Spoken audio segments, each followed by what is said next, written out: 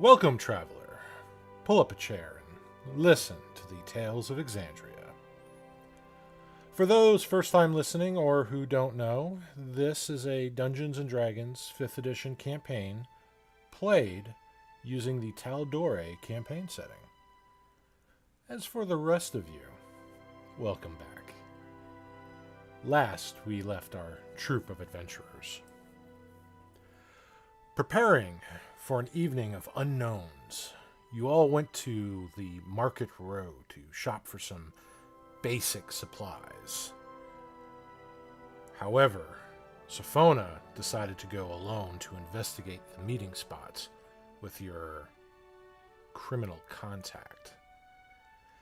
About a block away from the meeting spot, Sophona detected that someone or something was following her. Darting into a nearby alleyway, she cast invisibility, still unable to see her pursuer. She made her way back to the Tipsy Inn in haste as it began to rain. After dealing with the merchants, the others returned to the Tipsy Inn to rent out various rooms. Rexia, however, found entertainment as a couple of patrons were playing a game of darts. She gambled with the common folk to kill some time. Sophona arrived at the inn, still believing she had been followed, rented a private room, and then she traded this room with Rexia. You all rested to refresh before leaving to go to the meeting spots. Along the way, Menhir was challenged by a drunken noble, a Lord Hardcourt, to a duel of honor. Menhir declined the drunken challenge. Lord Hardcourt drew his sword and moved toward Menhir. Sophona cast Hold Person on the drunken noble. Then you all hurried away from the scene that was being caused by the drunk. You arrived at the meeting spot and discovered two bodies in a dead-end alley. Both men are unknown to you, one wearing heavy armor with odd cuts in his abdomen, the other an elf with tattoos, several burn marks, and missing patches of flesh. From across the street, you see that the shield are coming your way, a beggar leading them to your location. Some of you flee when the guards order you to halt. The shield used magic and their natural abilities to locate everyone in the darkness. They quickly find and arrest most of you under the suspicion of your involvement with the murders in the alleyway. The next day, Nadiv requested an audience with Sophona. He told her that the rest of you are all being charged with the death of Lord Hardcourt, as his body was found mutilated. After having discussed your options, Rexy and Sophona discovered their holding cell wall had been weakened by the elements and time itself. Rexy unleashed a devastating series of kicks at the wall, breaking through it. When the guard arrived to investigate, Sophona quickly charmed him, getting the keys to the other cells. The girls tried to rescue Menhir and Click, but they both disagreed with breaking out, and in a heated exchange of words, Rexia broke Click's heart when she disrespected his god, Bahamut. The girls freed a halfling smuggler, Tobold Falco, who promised a safe haven in exchange for his freedom. Meanwhile, Garand and Nadiv are still making sense of everything. Sophona and Rexy are now fugitives, laying low, while Click and Menhir both wait incarceration to prove their innocence in the eyes of the law. And that is where we're going to pick off today here, folks. Discord should be nice and live. See Tenarium is in our chat. Welcome, Tenarium. Hello. All right. So, Hey, dude. without any sort of delay here, we're going to pick off directly with Click and Menhir. Pick off. Which I want both of them to roll initiative. Oh my god. Yeah, we're jumping right into it, boys. All right. First, let's switch out this soundtrack here, and you know what? We're gonna play the old combat mix here. There we go. All right. So, all right. Let's see. What is? Well, looking at your abilities here. Click. All right. All right. So, Click. You are awakened as you feel something very cold, very strong, clenched around your throat. Oh, okay. Something is choking the life out of you as you lay in your bunk.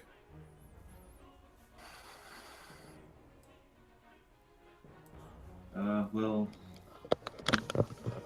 crap. Well, I don't have initiative until after I'm in here. Okay. Let's see here. Men here, you start to stir in your slumber as you hear Click just making weird kobold noises.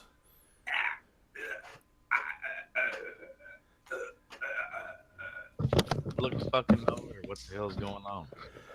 As you look down, you can see Click kind of thrashing side to side, almost grabbing at his throat. His eyes are kind of bugging out. But that's all you see.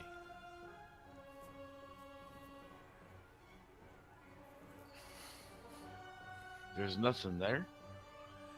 You just see him thrashing about, clenching by his throat. His eyes are just bulging. Click, wake up.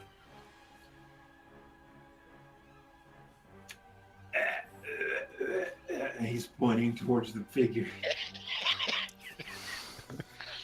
Well, fuck, I'll grab Click, man, and pick him up. Okay, so you grab Click, and as you try to lift him up, you feel resistance. I want you to make a athletics check.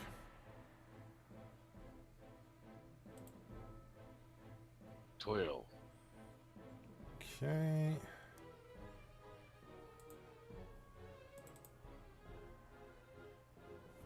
All right, so you pull Click free of something. As you wrench it out, there was something definitely holding him down. Now you two are still. He is now out of his bunk on your bunk, which is the top bunk.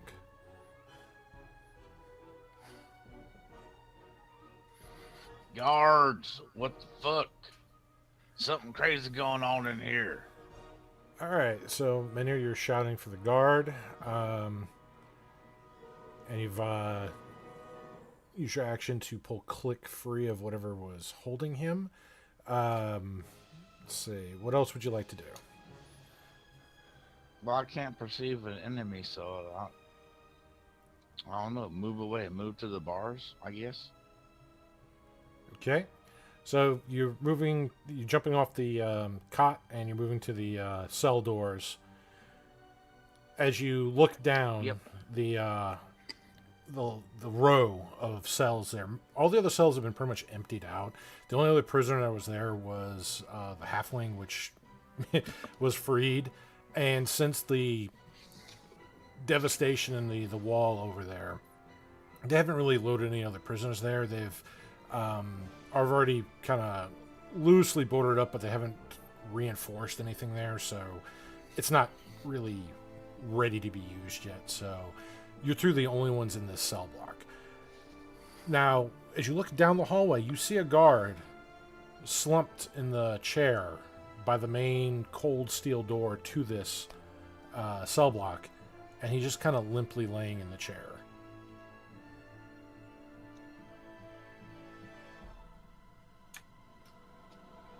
Oh boy. You said I could see a figure though, right? No. No, so it was just empty air choking me? Yeah, you felt like something cold and tight clenched around your throat. Okay, And I thought I strong. could see a figure. No, you couldn't see anything.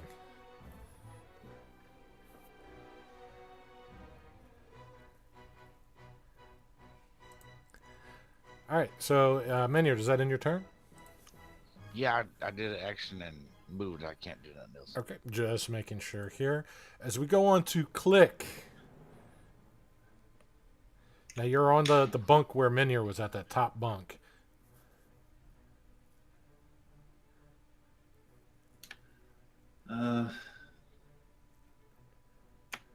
Fuck it, we're getting attacked, and I can't see this person, so Click is going to reach into his reserves of power and draw on massive amounts of his divine energy and pray, celestial dragons, a shining night, protect Click and join my fight, and cast Guardian of Faith. I'm gonna place it in the center of the cell. All right, and that's going to pretty much take up the whole cell area because it's not a very large cell.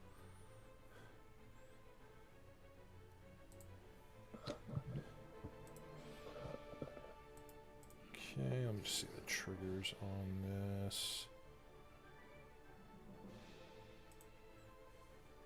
Menir, take 20 points of radiant damage. Son of a bitch!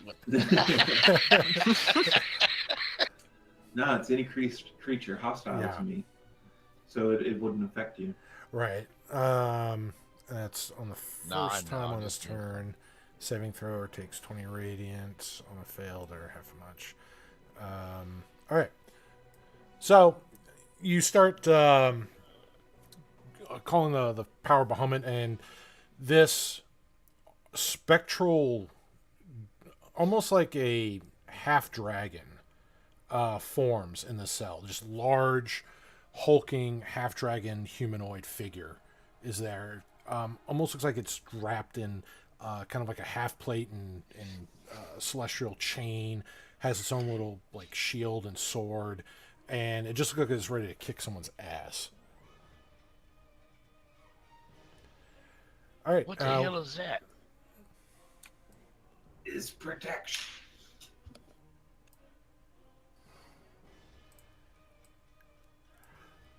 All right. And are you doing anything else, Click? No. Okay. I'm about as safe as I can get on the bunk bed. Okay.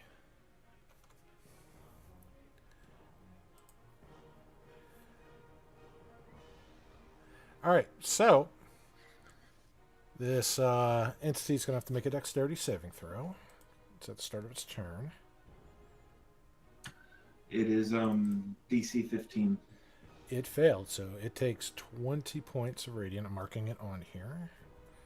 Let's see.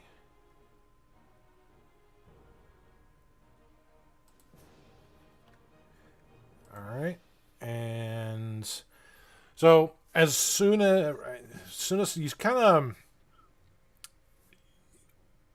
as you're looking around just trying to see what grappled you, this spectral guardian of Bahamut lashes out at something kind of close to Menir, where he's at by the bars.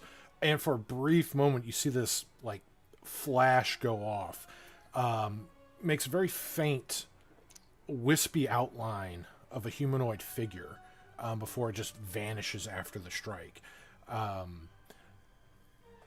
And that is when this thing is going to lash out at you, Click. And you can use the combat tracker to target this thing, by the way. Okay, and with its second attack. All right. Let's see. Wait, hang on. Now you have a AC 18, but what is your AC without your armor? Oh, it's an 11. Okay, so he would have hit with both.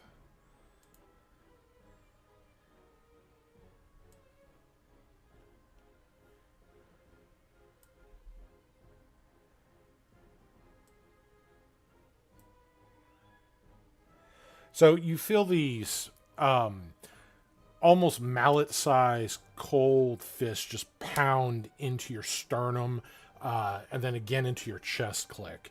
They almost make you stagger back with the force that they strike you with. Many you see Click being struck by something. Whatever was briefly revolved in that flash is now attacking Click visibly. Just you can't see it, but you see the blows, the receiving blows from Click just getting knocked back. Yep. But I know where it's generally at, right? Yeah, I mean, you could try to make an attack of it, but you still can't see it. Okay. All right.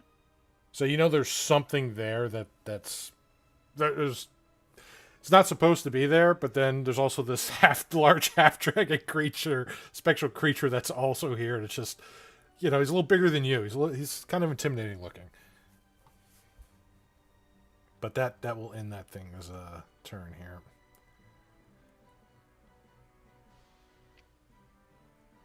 Alright, now it's not going to be Rexia. This is going to go back up to Menhir. I'm just going to try to manually move the marker.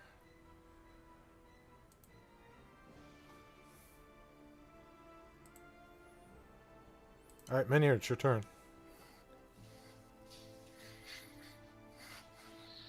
Yep. I'm gonna punch me some invisible weirdness. What's weird about, things you can't see?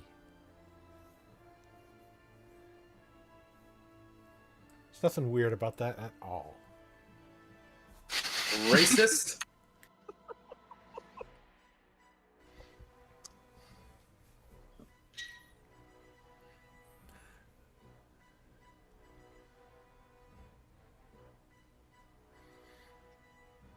9 probably misses, huh?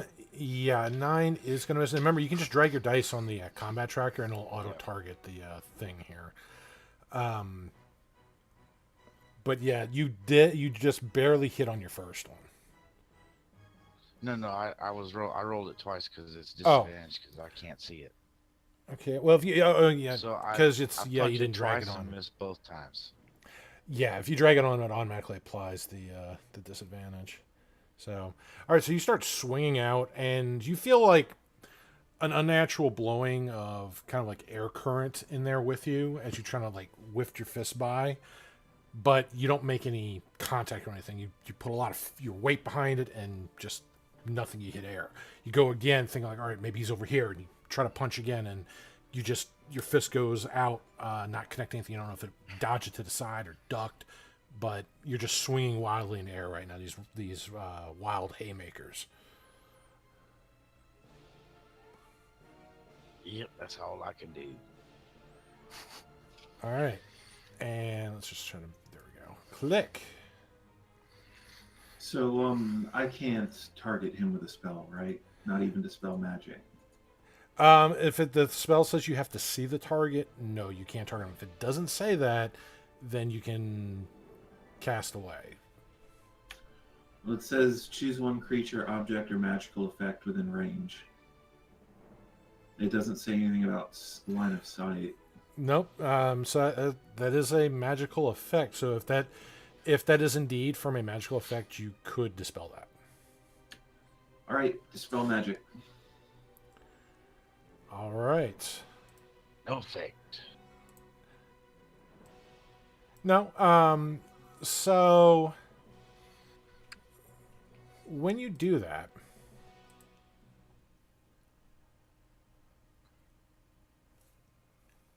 you reveal this, like, you don't see a person in front of you. What it does kind of show you here is an outline of this vague outline of like a human, like a human-sized being. It's almost like Predator, you know. It's just this wavy outline. But we can see it now. For right now, you can.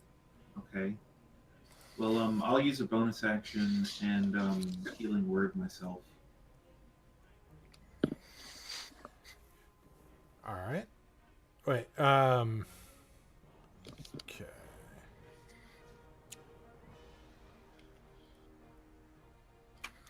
I also gain an additional 3 because of my ability, my life ability.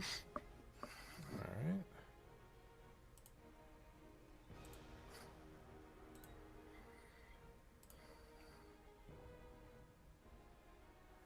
Okay, so you dispel the this invisibility here, and you see this silhouette, and then you say your word of power to your god to invoke your healing. What else do you do?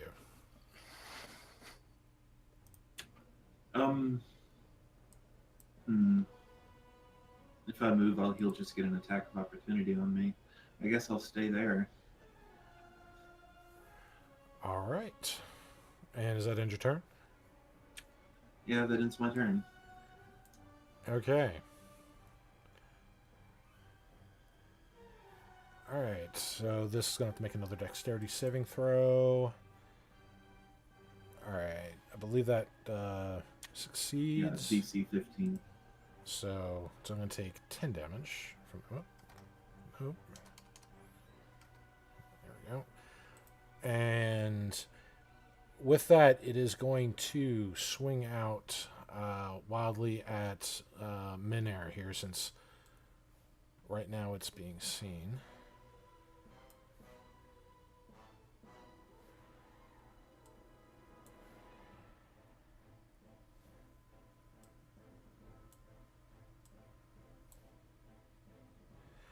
All right, so Menhir, you see this thing, and all of a sudden, you see it kind of spin around, and its fist kind of cold cocks you in the jaw. And as you're still reeling from that one, the other fist makes its way under, just like a little uppercut, as it punches into your jaw again here.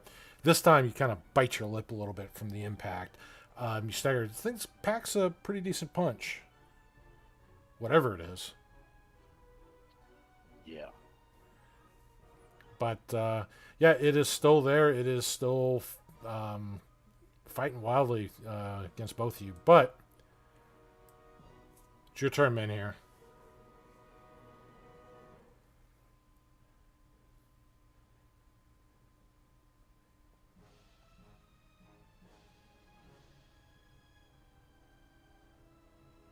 I punch at it and miss once. So now that you can see it, you manage to hit it. When you do, it's not like hitting something that's armored, but it's more like hitting something that's just like solid muscle. You know, it's that thickness to it, and you feel the impact as you kind of hit it. And after you hit it, the solidity of it just kind of wavers away a little bit, and you feel more of those kind of drafts and currents. You can try to make another punch at it again, but this time it's ready for it as it dodges out the way of your retaliatory strike.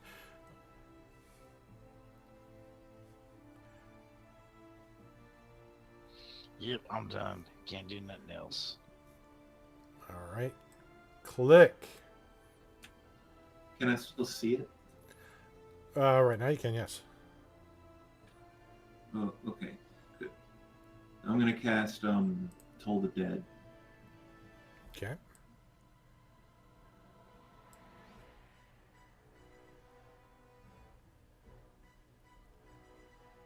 All right, so it failed to save.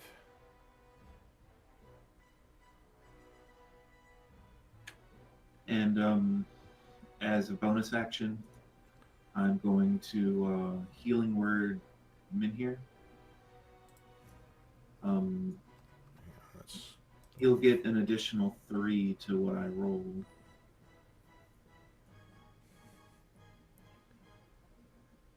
And then, because of my life cleric ability, I'll gain 3 as well.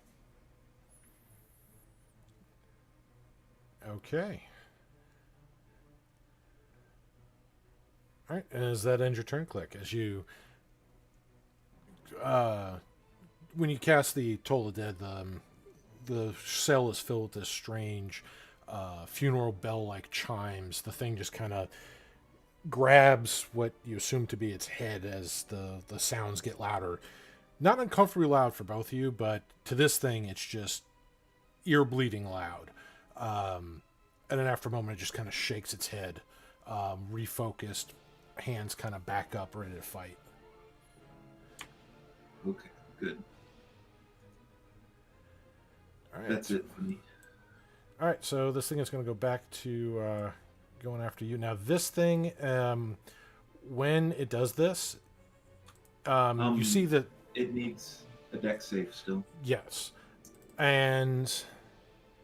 Okay, so need that. He passes, so he takes another 10. Yep, so it shows, 20 more points of damage to it left? Yeah. All right. And then again, the Guardians are still kind of fighting this thing. As the Guardian is fighting this, you notice that its shape is starting to fade back away into the air itself. And only when the Guardian starts kind of striking out at it with its radiant energy do you get the glimpse bursts of it. And then it's back to nothingness again. You can't see it anymore.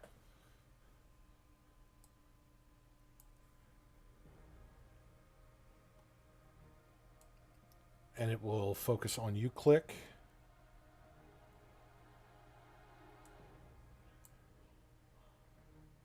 Okay, now the 10 shouldn't hit you. Correct. All right, so it does manage to hit you right upside the head, and you just get kind of stunned. You stagger a bit. It tries to follow through again, but with Menhir's proximity, trying to dodge Menhir strikes as well in this very close quarters combat, it's not able to get a good hit on you, and it just kind of gets like a glancing blow off your shoulder. It doesn't really do anything. And it's going to go back up to Menhir. Now, Menhir, you're starting to hear chain boots and things coming from outside the cell block door, like they're getting close. They ain't in here yet, man. They ain't helping yet. So, All right. try to whip this thing's ass.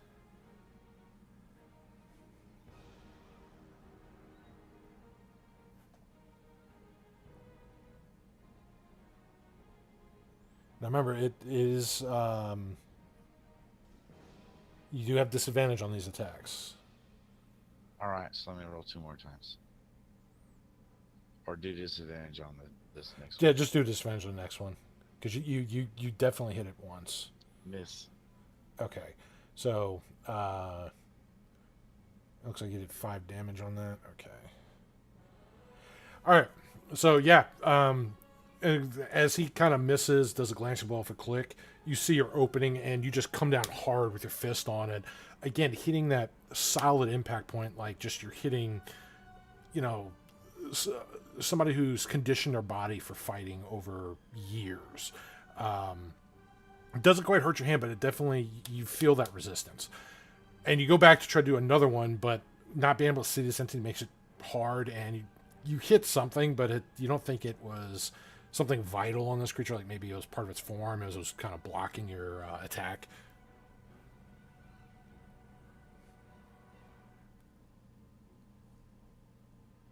There's something in here. Crazy.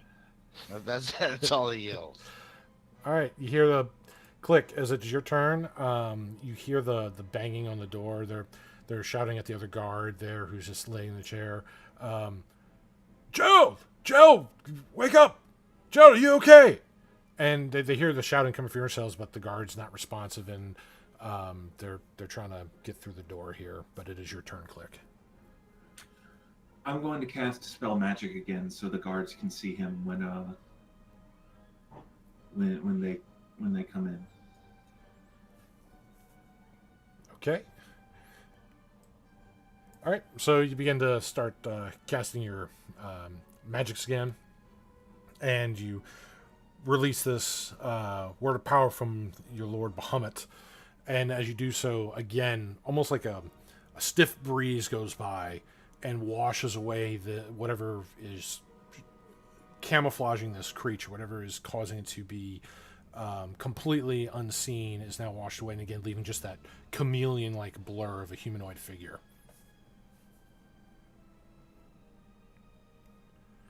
Okay, and attacks will no longer have disadvantage.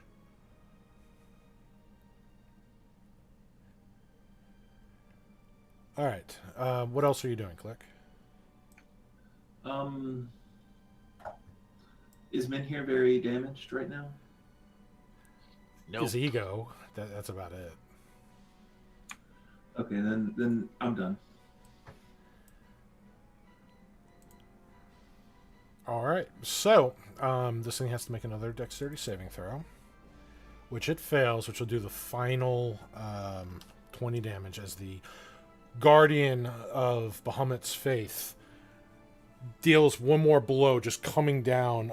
Like first, it hits it with the shield, just kind of leaving this opening as the sword, this radiant sword, just comes down right upon its chest. The sword shatters, and with it, the guardian of faith also vanishes into the air, just kind of going up to almost like a quick, brief pillar of light. But the damage has been dealt to the entity. Now, the entity here is still going to be focusing on you, Click. Okay, that's fine. And hit you, and... Okay. The second will hit as well. All right. So again, you feel one fist come down, and then he does like kind of like a double axe, and just puts his fists together and just crushes down right on the upper part of your back, trying to snap your spine. You just feel the stunning blow as your body rocks with it. It doesn't feel good. It was not a Shiatsu massage, that is for certain. All right. You hear keys going through the door, Minhir. More punches. And you do not have disadvantage, so... Alright, so that is a good hit. That is also another good hit. So you're just smashing this thing right in the face. Just quick jab, cross. After this thing just crunched down on Click's back with both its hands. Again, you just see the entity just kind of look up after you kind of punched it twice. You just see the silhouette just kind of peer its head up. What the hell going on, Click? I don't. Click not know. Click get attacked.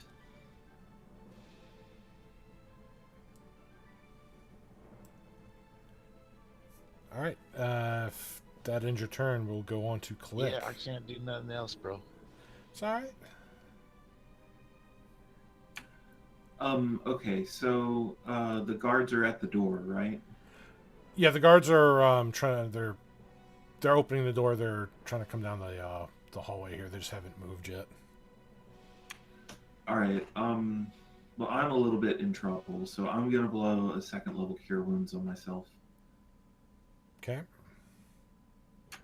Whatever I roll, I gain an extra 4 for my life cleric ability.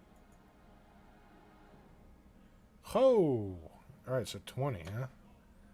Yeah. Okay. Why didn't that apply it? No, he's I'm an idiot. That's why. on Here, your... I'm going to drag it to your... Okay, never mind. Wait, Yeah, why, for did- your earlier... wait, why did it do when minus 16? Hang on. Whoa. I have no idea. Wait, let me do this. Let me do this. All right, let me do it one more That time. campaign. Okay, and 4 more is going to bring you down to. Did you 15 take wounds. the 3 off your wounds when you healed me? Yes, I did. Okay. So yeah, I don't know why it subtracted that on there, but we got that fixed for you. So you should be at 15 wounds there. Click. Whew. Yeah, Good. that was like, oh, wrong spell, wrong spell. I used the ray of sickness and my healing touch. I Shit. He I shock harmed and grasp. himself. Inflict wounds on myself. Oh no. I just remember a critical roll on Saturday. Someone was like, "Oh, I want to feel what shocking grasp does," Don't and so spoil he it. holds the hand and immediately gets shot. Yeah, don't spoil He critical goes, roll. "Oh fuck." Yeah, Rexia, don't spoil critical right, roll for sorry. people. I don't know. I assumed everyone here has watched it. We got people listening too, so you know. Oh, fair enough. Fair Oh, enough. I haven't seen all of them. I'm on It wasn't. episode It's not a 15. major spoiler. I'm not giving away a key plot point or anything. It's just something funny that happened. Click is done though. Click is that's all done? we can do. Okay. All right. So the guards are coming down, and as I go in there, they see this predator-like silhouette, this chameleon bending of light and shadow, and they're like, "What's going on? Jeez, what is that? What the hell?" And they're all Give him just my hammer. they don't have your hammer. They have their weapons. So they see whatever the hell this thing is in here, and they're just taken aback by this as it again the chameleon-like presence of it is again obfuscated by whatever ability that it's using to completely camouflage itself to full invisibility. That takes effect as it attacks Click again with a critical. Oh boy, good thing I healed. And for 16. And it's going to hit him again. Yep, that hits. All right. So, Click, you're starting to feel the fist pounding on you again, just starting to pummel Menu. You see the blood from Click's mouth start splattering along the walls.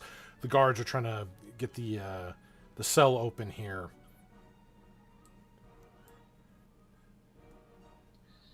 Try to punch this fucking thing 2 more times.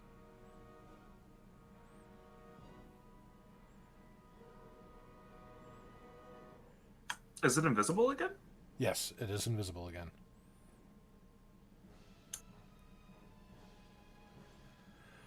So you swing out and miss, but as you follow through, you manage to just kind of, being a skilled fighter, you realize not to keep a stiff arm, and you kind of bend it a little bit. So as your punch looks like it's about to miss, you catch him actually with your elbow, and you feel it, and you just enjoy the sound of the elbow hitting something hard, almost like a bone and sinew.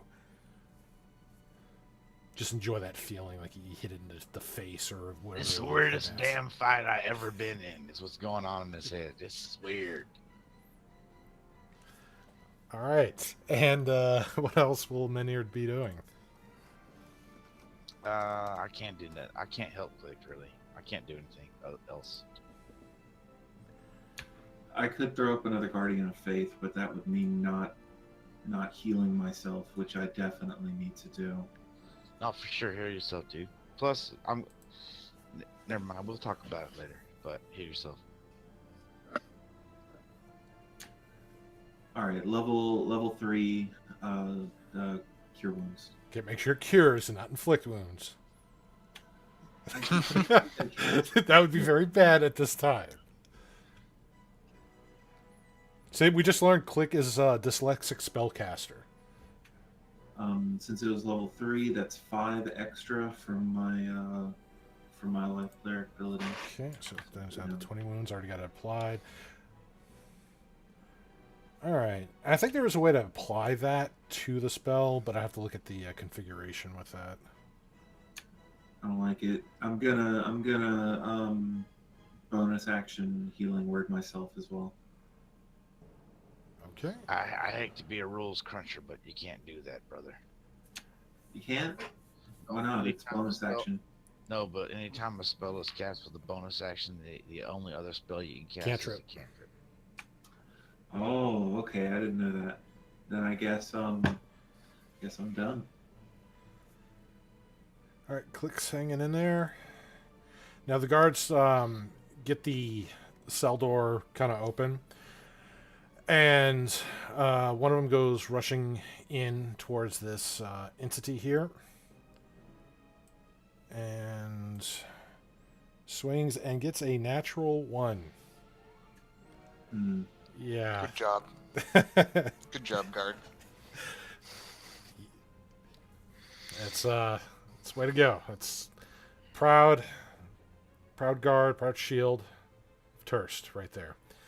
The other 2 guards that are in the hallway here, they are going to pull Click and Men here. They're going to try to pull you out as well. Are you going to resist?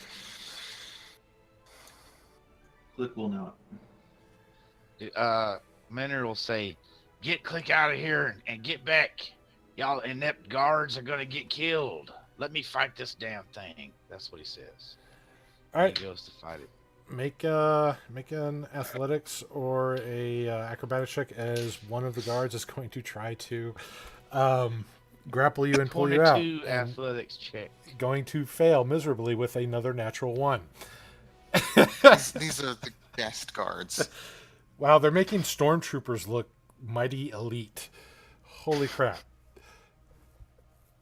Okay, so These are the guards we were scared of from before? God damn. You guys need to get better. I pick up the guard that rolled a 1 and I use him as an improvised club. I sling his body into the invisible. No, I'm my just kidding. God. I'm just kidding. I could though, but I'm not going to do that. So yeah, the guard just like tries to pull on you, and you just don't budge. You're like the mountain. You're the stone. You do not yield. And on that note, this entity here is going to swing out at you, Men here. Actually, first it's going to swing out at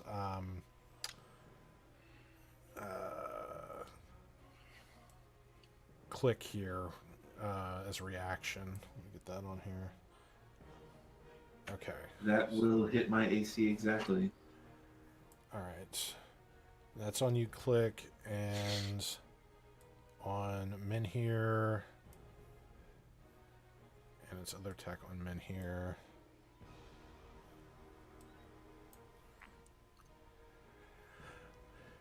All right. Yep. Here we go.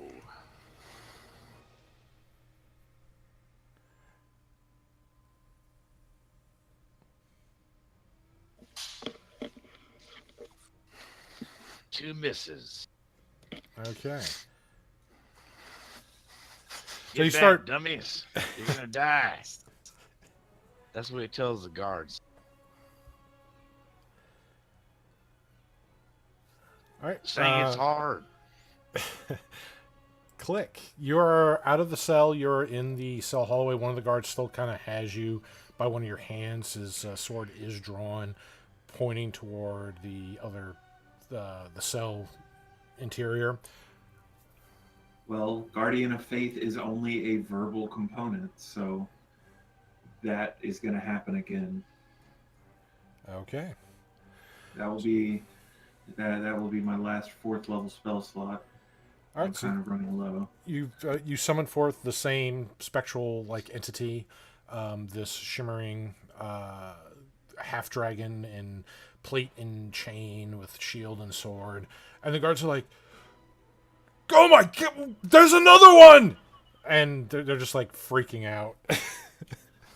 No attack, Shiny Guardian. We'll protect you.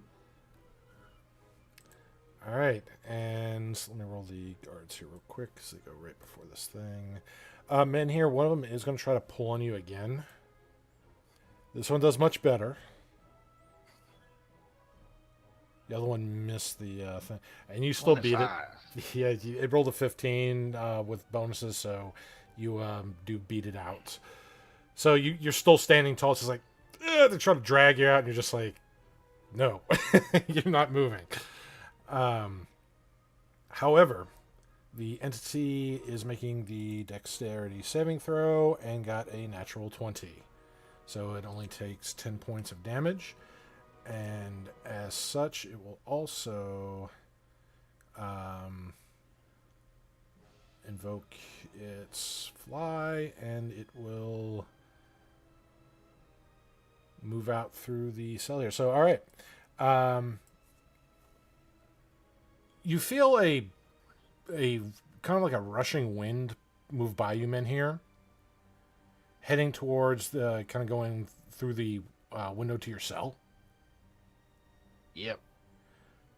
And that's about. You're not getting punched. You don't see anybody else getting hit here, but it is your turn. The guards are still kind of freaking out that there's a glowing half-dragon entity in the cell, and Click is visibly beaten up, and you got a couple bruises on you. Click, it's gone. Let it go. Get rid of the glowy dude. Click will dispel the Guardian of Faith as soon as he can. All Instead right. of pulling on me like some noodly armed grandmothers, you could have handed me a damn weapon. But oh well. That's what he tells the guard who tried to pull him out the cell. All right. And Click, it's your turn, and you dispel the Guardian of Faith. Yeah, I release the Guardian of Faith. It vanishes. Okay. So What the hell's going on here? one of the guards says about the same thing. What the hell was that? What the hell was that other thing that was there? The cell block's haunted. Click is servant of Bahamut. And- Use divine powers, protect us. One of the guards yells to go check on Gerald in the corner there, who's not moving. The guard rushes over there and shouts out, "He's dead. His neck's broken."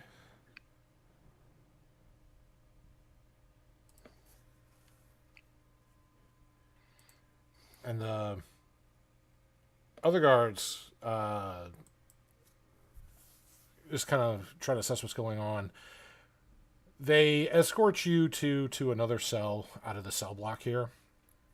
And not too much further as they walk you through the areas. You see some of the other cell blocks. They don't have too many of them, but these other ones do have a lot more prisoners in them. Considering everything that's happened there, they're kind of keeping you two isolated from everything else. But not more than an hour that you're in this other cell, the guards come over to your cage and they open the door.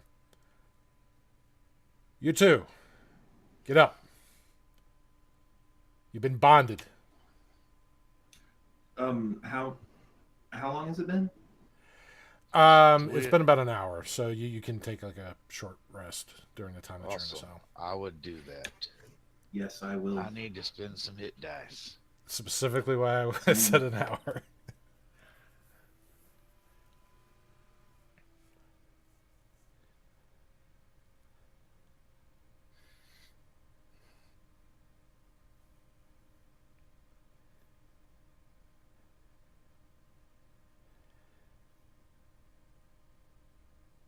How you do that? You What do you drag it out of your HD and roll it. No, in you the can chat just frame? click on it. Oh, I was dragging it. Yeah, you can also just click on it, and the dice should disappear. Rolling once it's- nothing but ones. This is crazy. Yeah. There we go. I rolled really bad too. So the guard opens your cell and has you follow him up front. He says that you've been bonded out. Who bonded us out? I don't have the paperwork in front of me. Let's get you up front, get you processed. You'll get the name of the person who bonded you out. You'll be released into their custody, and per terms of the bonds, you are not to leave the city, but otherwise you are free to roam it. You will be called forth to the lawmaster in when it's time to go over the investigation, the evidence brought forth, and the trial of your innocence and guilt.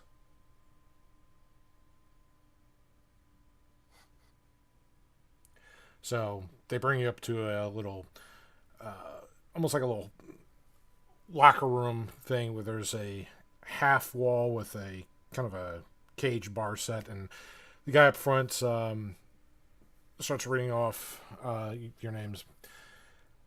Menhir Sarsen, step forward. I step forward. Okay, here, what do we have here? And he starts going over everything that you came in with. One hammer, and even goes over, like, your coins are in their own little special, like, bag. But they go over everything that was taken from you, like, one piece at a time. And they show you, like, a little piece of paper here. They give you a little thing to sign that you've received this. And once you have that, they have you step over to the side, and then they click. I get all my stuff, in other words. Yes. Good. I spend the necessary 10 minutes putting my crap on. Click will approach. Okay. And similar, they start giving you your items here. And when they give you your shield, you see your shield come out on the counter, and your eyes just kind of light up a little bit. That nice, perfect shield of Bahamut. So perfect.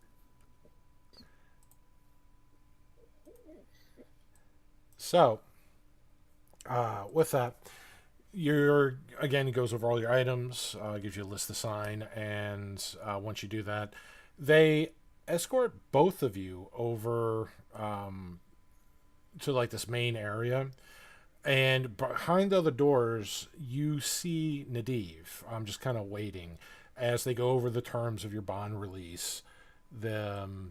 Again, just stating you're allowed to roam the city, but do not leave it. You'll be called forth to present yourself in front of the lawmaster and the court over your innocence or guilt of the crime.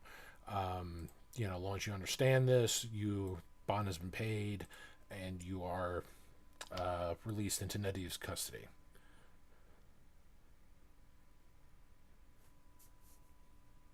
Is this normal there, Nadiv? Well, Nadiv's the one that paid your bond. Yeah, and I ask him if this is normal. We're supposed to be... Is it normal for them to release murder suspects on this bond stuff? That seems a little weird to me. Ha! Normally, in no way, shape, or form. However, I asked and they did, so we shall ask no more questions. Maybe it had something to do with that thing tried to kill us a little bit ago. That might be why too, though. Also, you had Craziest two parties thing ever escape happened. from, well, three parties escaped from the jail itself. Some invisible thing tried to beat us to death in our cell about an hour ago, Nadiv. It hurt lots.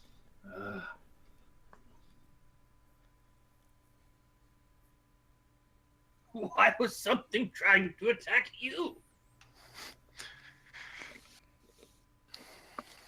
I ain't got no idea. All I know is seemed like it was trying to choke Click to death, and then it started beating the shit out of everything.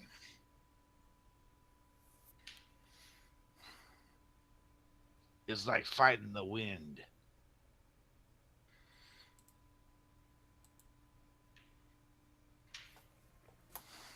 Can I make a roll of anything to try and, like, have a guess as to what it could be? You make let's see, make an intelligence check. I presume based off what I'm currently running off, I'd need a nat 20 to actually know, but... Stranger things have happened. 40. You're not quite sure what that could have been. It seems kind of far-fetched. Maybe they were dreaming it. Maybe they were fighting in their sleep. Can I Who make a knows? roll, Dave? Given my ancestry. Out of character, in character voice, I know exactly what the hell it was, but my character might not. Make an intelligence check as well.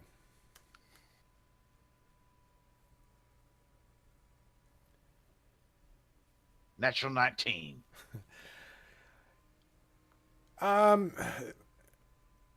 With not really Nope. connected to your heritage with that, the closest thing you can think of is maybe some sort of, the way it kind of moved, the way it disguised Rexia's itself. second cousin tried to murder us. Probably, yeah.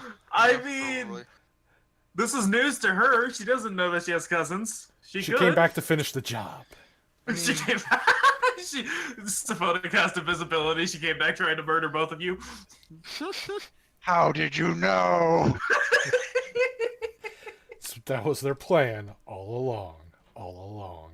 That's weird. That means I could have talked to it. Or, by the way, on the off chance, did it say anything? It Because did I would have not. understood it. It did not say anything. Just checking, Dave. That's some weird shit.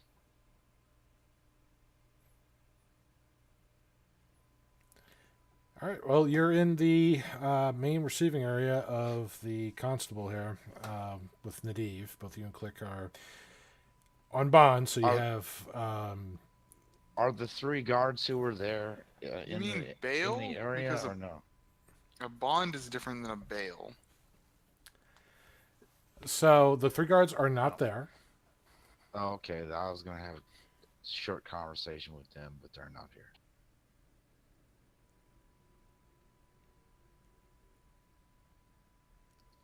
I asked the guy at the desk, what was the 3 guards that came into the cells about an hour ago? You know who them dudes were? No, but they're most likely giving their accounts of the events to the sergeant at arms. All right, then. All right. So now, Nadiv, the thing that you do know here is that apparently, when you went to go make the bond to bail them out, there's no signs of Rexia or Sophona in their holding. Apparently, 2 persons fitting their descriptions escaped the facilities and have not been seen since.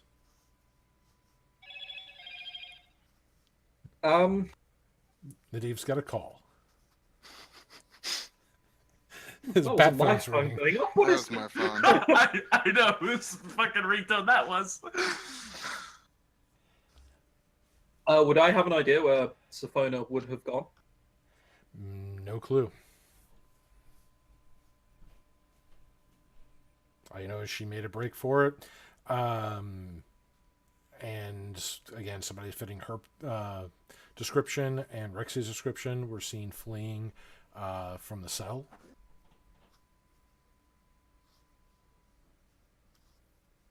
Can I ask Menir if he knows?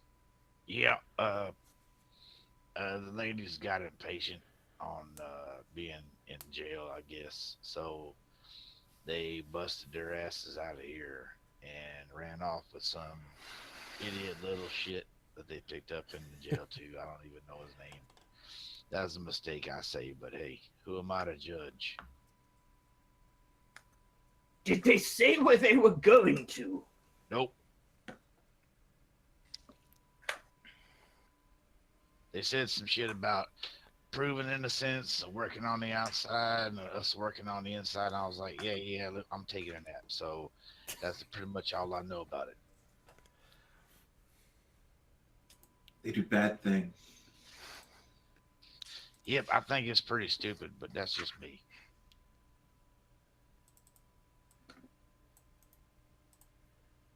Well,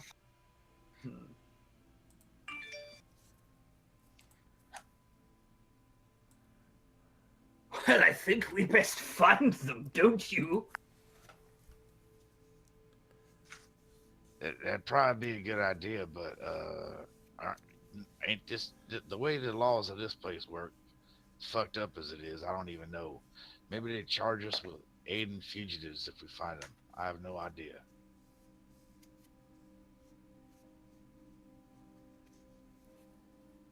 Well, wherever they are, I'm sure they're holed up somewhere safe and not roaming around the streets, face open to everyone.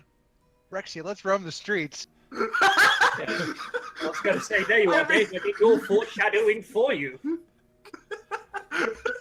I mean, Dude, I'm over here laughing my ass off, man. What is wrong with you? a lot of things.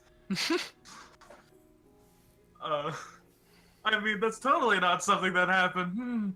Let us skip down the streets. Remember, you two are invisible. Yeah, that's a very. Yeah. So you can matter of still fact, skip and frolic.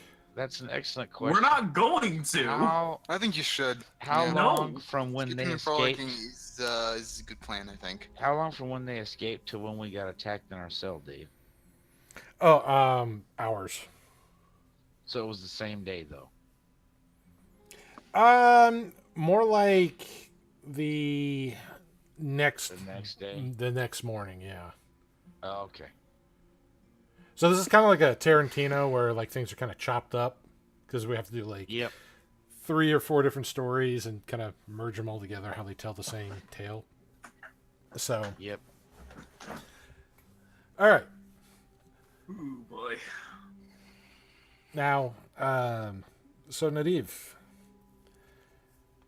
Menhir, Click, you're still at the prison. You have no clue where your I'm gonna companions go are. check on Gorda. I gotta go check on Gorda. All right. So you're going back to the Tipsy Inn to see Gorda. You got all your money back. Now, as you leave the constable here, Garand, you Yes. are watching from the outside.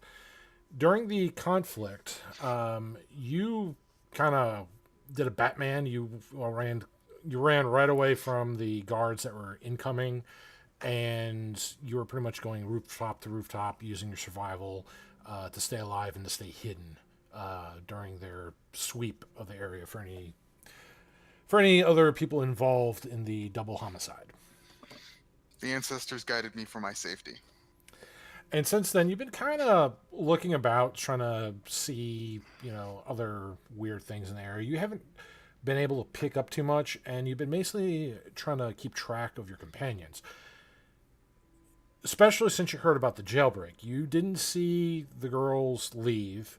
You did see Nadiv go to the jail once before, so you knew they were in there, and you followed him again after he had his liquid breakfast, and you were just waiting for him to come out again here, and this time you see Menhir, who you knew suspected was incarcerated, be released, followed by Click and Nadiv as they exit the constable.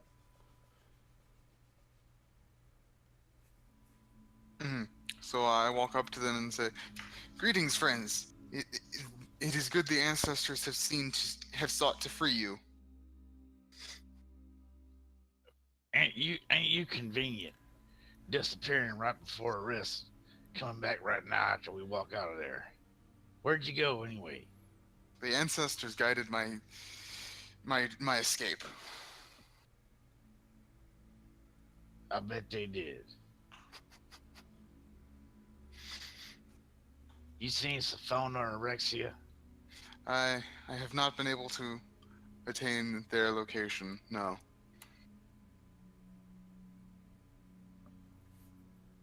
Well, dams. I gotta go check on Gorda. We should get breakfast. Yeah, you didn't have time to eat breakfast at the jail. Not that you would really want to anyway.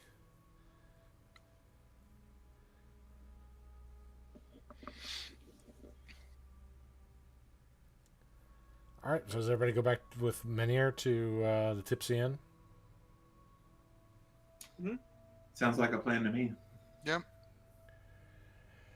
All right. So as you're going through the streets, heading back to the inn, trying to just basically think about everything that's been going on. There's a little bit of a crowd out in the streets along the way. It's a large crowd, and it surrounds kind of a tall, slender musician, kind of dressed in a blue motley with a strange white ivory mask. The man strums expertly on a fine lute. Looks like it's made of wood, maybe spruce. And he seems to be bewitching just about everybody in earshot.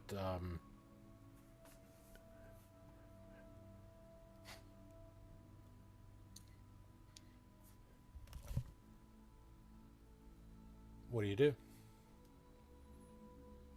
you check out the performance? Do you keep walking? Do something else? Nope. Keep going to the end.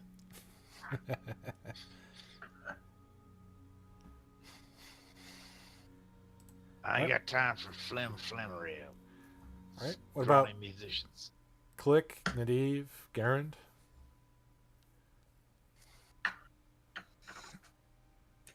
Click is not in the mood for distractions. He follows him in here.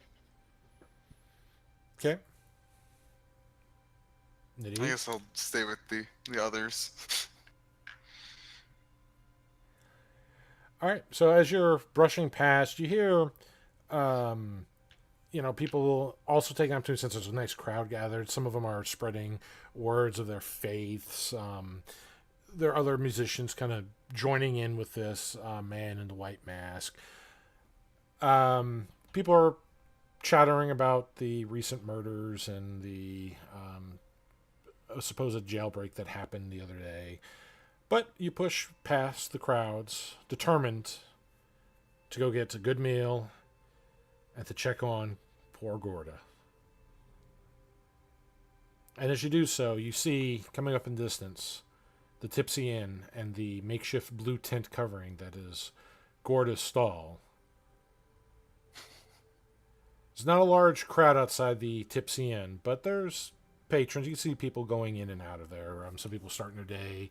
Others maybe like you going in for a quick bite. Is the stall empty, Dave? Gorda is still in the stall. Thank the gods.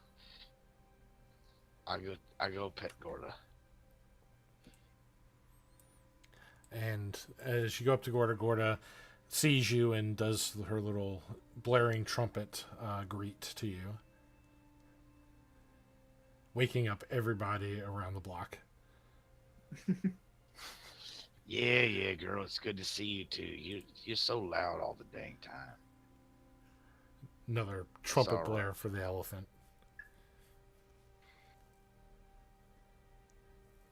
But she's good, and she does not seem to be disturbed. No.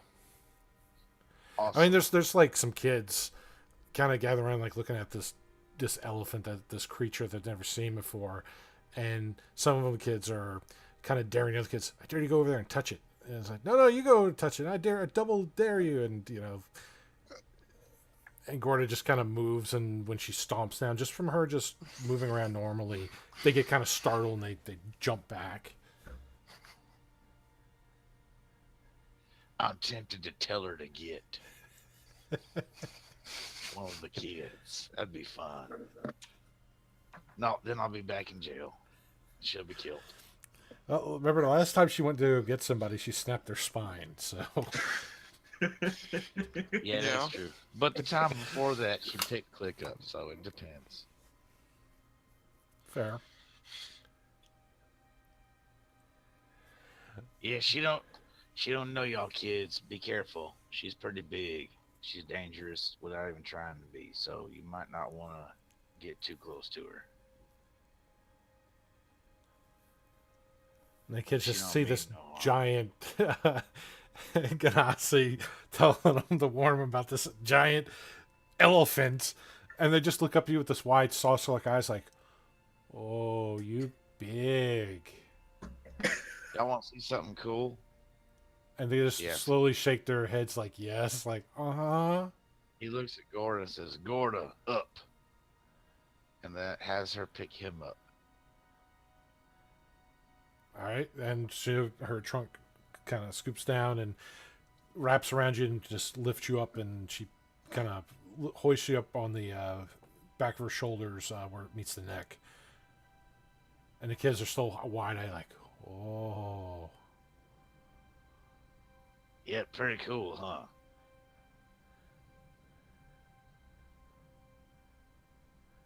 And all these kids are like just standing there in amazement. You just getting picked up by the elephant, and you Yeah, look like and you're a then- mile high from them, in their perspective. Yeah, one time I told her to get somebody and she broke their back and they almost died. And then all the kids start running away. And now you have crying kids. Awesome. I don't know nothing about no kids. All right, Gorda, good girl. And now I'm going to go inside again. Okay. Click, you wanted breakfast. Assume you're already made your way into the inn while Men here was greeting Gorda.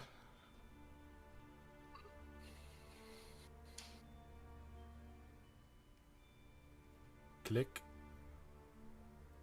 I'm sorry, what? I assume you made your way into the inn while Men here was doing all that with Gorda, greeting with Gorda. Oh yeah, Click wants some good food. All right. Well, Click, as you first go in, the atmosphere in here is very, very relaxed. There's a handful of patrons in here. It's not packed. No bard is playing in the background. The hearth is up because it is, very cool outside. And this gives it a nice warm atmosphere. It helps keep the chill off the bones with that. Now, you being a kobold with it, you're not quite as affected with that, but you still feel uncomfortable with the cold level of cold. So it's a nice little change here. Things get to kind of warm up. And you can smell the meats roasting in the back. You hear the sounds of a ladle tapping the sides of probably a soup tureen that's maybe getting ready to be served to people. You hear mugs being filled with various ales and liquids.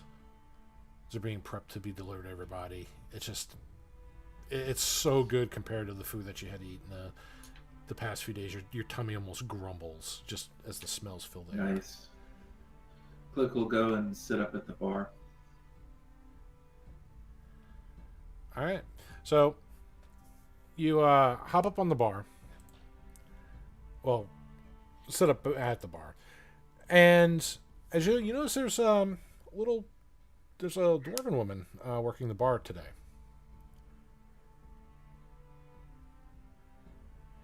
And what can I get for you, love?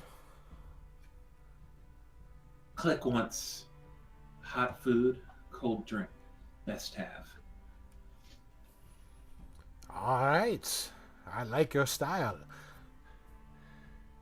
And she goes and fills up a mug with a nice frothy beverage, and she goes in the back and starts pulling out, looks like part of a small bird with a little bowl of almost like a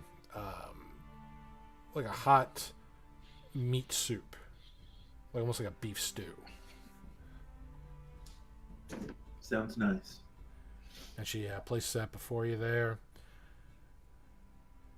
Now, Nadiv, you still have a room here.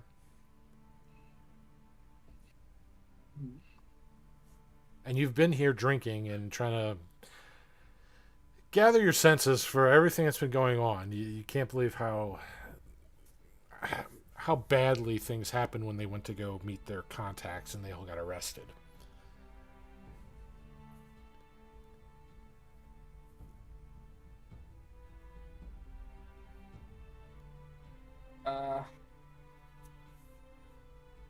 Then you're asking me what do I want to do? Yeah, I mean, you're back at the inn. Click's already ran up and ordered food. Menier's tending to his elephant, scaring some kids off, or in the process thereof. Garand did go to the meet, but was not arrested. But everybody else was arrested. So you're just kind of face palming, like, really? How could... Right.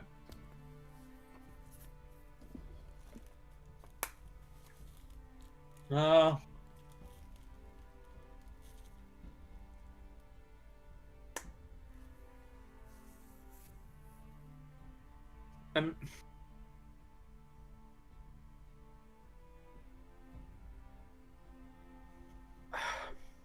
I know what I want to do, but I don't know how the fuck I'm gonna go about doing it. Well, just start talking about Can what I go outside and see if I can spot Sophona's horse? Yeah, you can go outside. In fact, the animals that you came in with are still stabled up. None of them have left.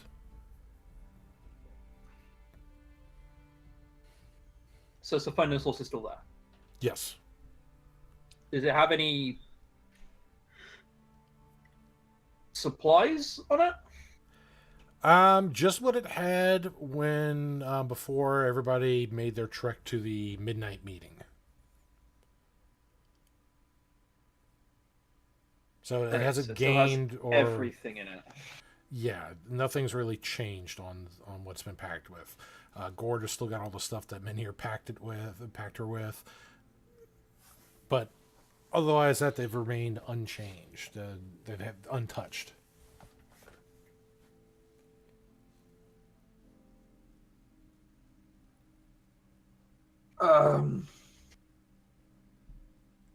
I don't know, is it a magical horse? Can I talk to it and ask it where Sophona is? You can ask Can it. I- I mean, it's not going to answer you, but you can ask. Answer. Can I pretend it's just Cinderella and then come off as a weird old man to everyone else? Sure. I'm not gonna do that. I mean, that would suit the character pretty well, but yeah. Correction, it would suit Stephona's interpretation of the character. It'd be pretty entertaining.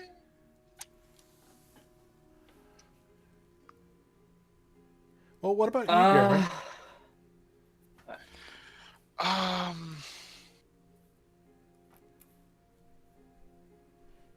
Because you've been staying in the back ever since the meat went south. You've been surviving and just trying to keep your head down, but also try to keep tabs on everybody as best you could until you get a chance to kind of meet up with everybody. And this has been your first real chance to meet up with most everybody from the incident.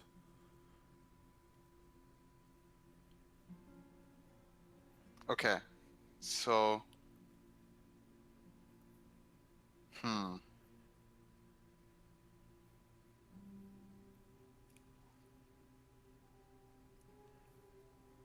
And as far as you know, the guards have not really got enough detail on you to implicate you as an accomplice. They just know that there was another that got away, but they didn't get enough. They didn't get a good enough look at you to really put out a bulletin saying, "Hey, look out for this guy. He was possibly involved with a murder." So they just knew there's somebody else. Lanky elf dude. Yeah, so they don't even know that. They just know that there was another individual that was involved, but they didn't have enough time to get enough description. So you've been able to kind of freelance about the city and not really be disturbed by the guard. So basically you and Nadiv are essentially considered uninvolved with it. Mm-hmm.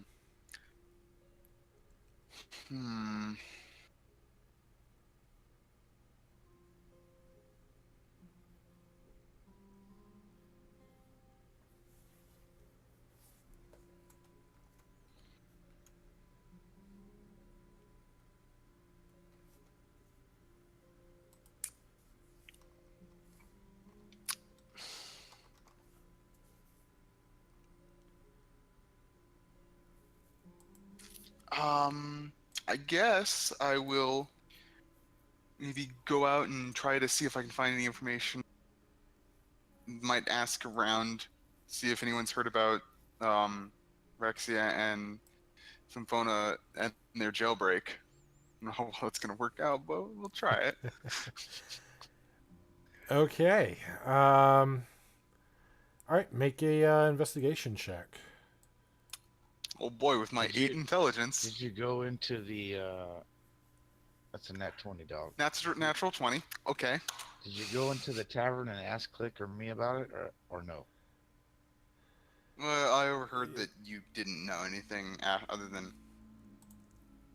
Okay, so I rolled a natural 20 on my investigation. Okay, so what you in terms of the break itself, you learn that the halfling that was also there is kind of a revolving door. You know, he visits quite often, but also gets released quite often. He's well situated in a life of crime, but it's usually petty things, so he's not in there for very long.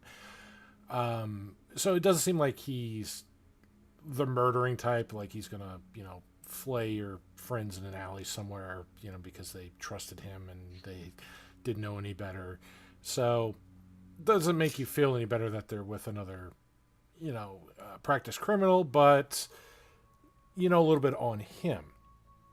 What is more interesting in asking around about the involvement when you start talking about, the people that were incarcerated, the ones that were, arrested for, the alleyway murders, you do find out that a little bit more about the bodies in there. Apparently, one of the victims in there was a young wizard named Roland Dunn. And apparently Roland tattooed spells on his body. The other thing that you found out about this Roland person is that earlier that day that he was killed, he was seen arguing with a man in a stained leather tanner's apron. I'm sorry, what? He was seen arguing with a man in a stained leather tanner's apron. Oh, Tanner's apron. Okay. Yeah, dudes who tan leather. Yeah. I wasn't sure what he said the first time.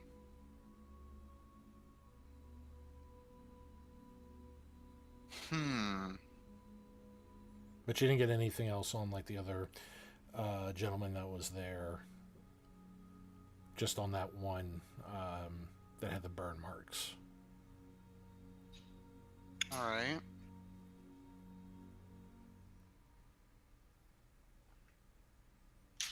So I guess I'll just go back to the group and relay what I found to them.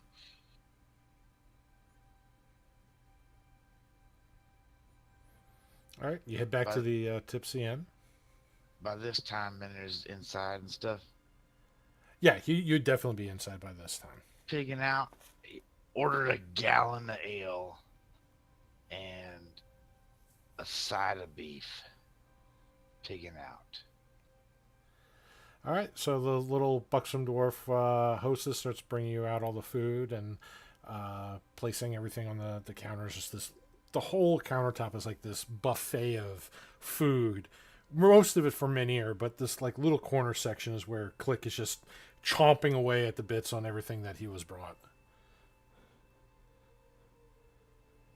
Yeah. Yo, Click. Yes? I think that you think annoying customers should be paid a visit to today. Annoying customers? He doesn't look like he follows. Yeah, you remember before we got arrested with this whole fiasco, and me, you, and Rexia went into that dirty dog place. Yes. Remember them two assholes outside? One was the Goliath, the other one was the Knoll. Oh yes, they look at Click funny. Yeah, the Goliath said, his name was Annoying Customer, which I know it wasn't, but he was being an ass, so I'm going to call him that. I'm going to call him that when I crush his head, too. So, you think we should go visit them a-holes today? Click used much divine power this morning. Click very tired, but Click come if Minhir needs him. Well, we might want to talk to Nadif about it, too, just to see what he says. So, Nadiv, Garen comes back with this information about one of the victims in the alleyway as he was trying to gather some more information on Sophona and Rexia and their possible whereabouts and any other information on the jailbreak.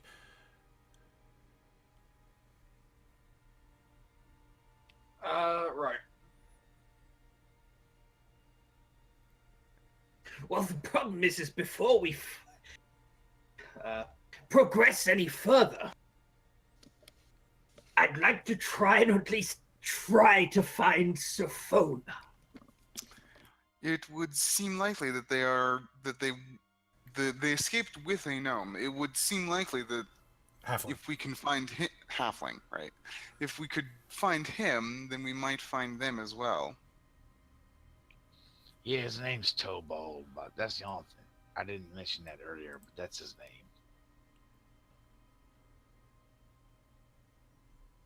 The halfling guy. Right. Okay, well, I shall come along then. The beef just invites himself along.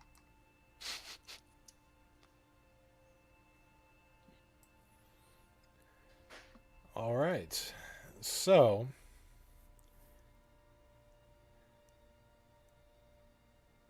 you're just trying to investigate the whereabouts for Sophona and Rexia, or the through the whereabouts of the halfling? Yeah, sounds about. Who would know where the halfling be at around here? You don't know. It's one of those you got to start kind of asking around. Hey, lady, to the dwarven chick. Yes, big fella. You happen to know some halfling named Tobald? He's the kind that would get in trouble a lot.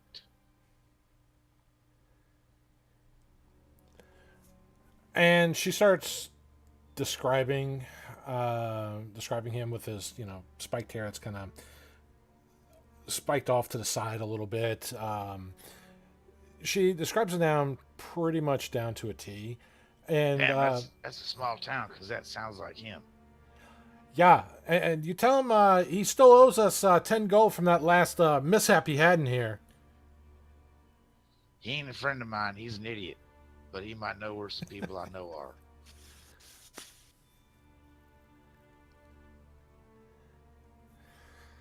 Well, last I heard, he got arrested for trying to pilfer from the Merchant Row. I guess he pickpocketed the wrong guy. Yeah, but you know, like, what part of the town he normally hangs out at? Is it Merchant Row? Well, that's where a lot of his ilk tend to congregate. It's where they make their living. Anywhere there's a large gathering, you'll find them, well, swindling, cheating, stealing, whatever it is, anybody they can take advantage of.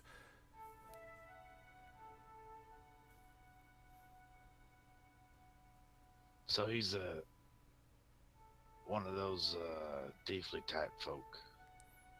From what she's describing, yeah, he dabbles in a little bit of everything there. You say he owes you 10 gold? Yeah, he, well, let's just say he got a little too tipsy here at the inn and got into a fight with a couple of blokes and broke quite a few things in here. Caused quite a bit of a mess. Told him he's not welcome back till he pays his debt. Is that 10 gold? Yes, that's for all the food, drink, and furnishings that he ruined. Oh no, you should not suffer for him.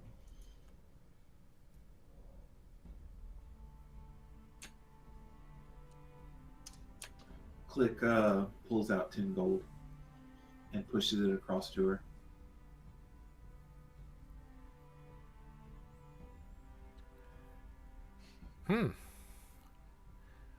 Well then, little one. Wish there was more like you.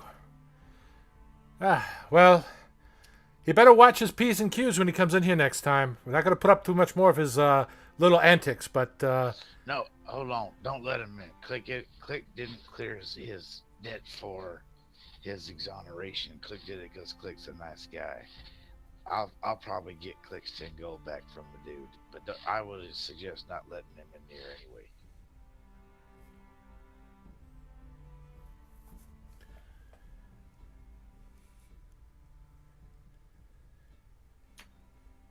It's just kind of... Click just want... You... Nice place. Click wants to be able to come back. Click doesn't want there to be damage. Click can help. Well, you're much nicer than Topol, so you're welcome any time, little one there. I'm glad you like the spice soup. It's an old recipe of my mother's. Are you the daughter of the owner by chance? I'm niece, Wohilda. Yeah, I just figured because he's a dwarf too, so.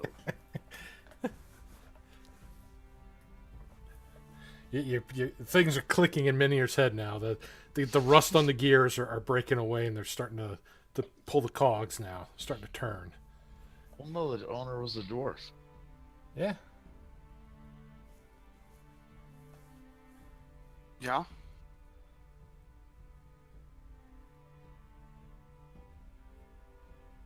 So how are we gonna go about finding the girls, y'all? Because I think we would set up the code that the code that Raven gave must have been one of like, these guys aren't no good, stick it to them. That's the only thing I can figure. Which means that when I told the dudes at the Dirty Dog that code, they sent us to a trap. So that means the guys at the Dirty Dog are now on my list of folk who need to die. So what do y'all want to do? Because the knowing customer has a date with my mall, and that'd be nice.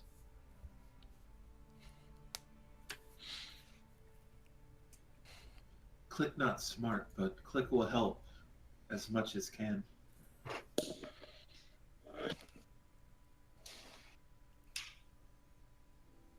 See, we tried to get these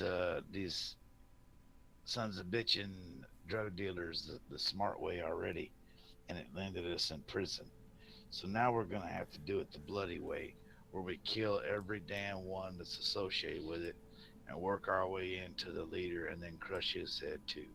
That's a surefire way to get rid of these bastards. So it's like an 80s cop movie. Exactly. What's a movie? Well, that was, that'd be out of DM character. Yes, I know. I'm not even in the room. Of course I'm fucking joking. Good job, Quincy. Bait? Dave? Yes. Can Click spend some time and attune to the Pearl of Power again? Or does he need to? I'm not sure how that works with it. For the attunement, yeah, you can reattune with that. Enough time would pass while you're, eating breakfast and discussing your next course of action at the Tipsy Inn. Then I'm gonna activate it as soon as I can and get a 3rd level spell back. Okay. All right, and while all this is going on, we're gonna move over to Sophona and Rexia. So, this is kind of rewinding back a day where Rexia kicked open the wall. Sophona cast invisibility on her and Rexia as they followed the halfling through the alleyways, through the streets, to get away as quickly as possible from any of the city guard. Trying to make as little bit of a scene as possible. The halfling is very, very good. In fact, if it wasn't for Rexia's keen perception with that, you almost would have lost him a few times.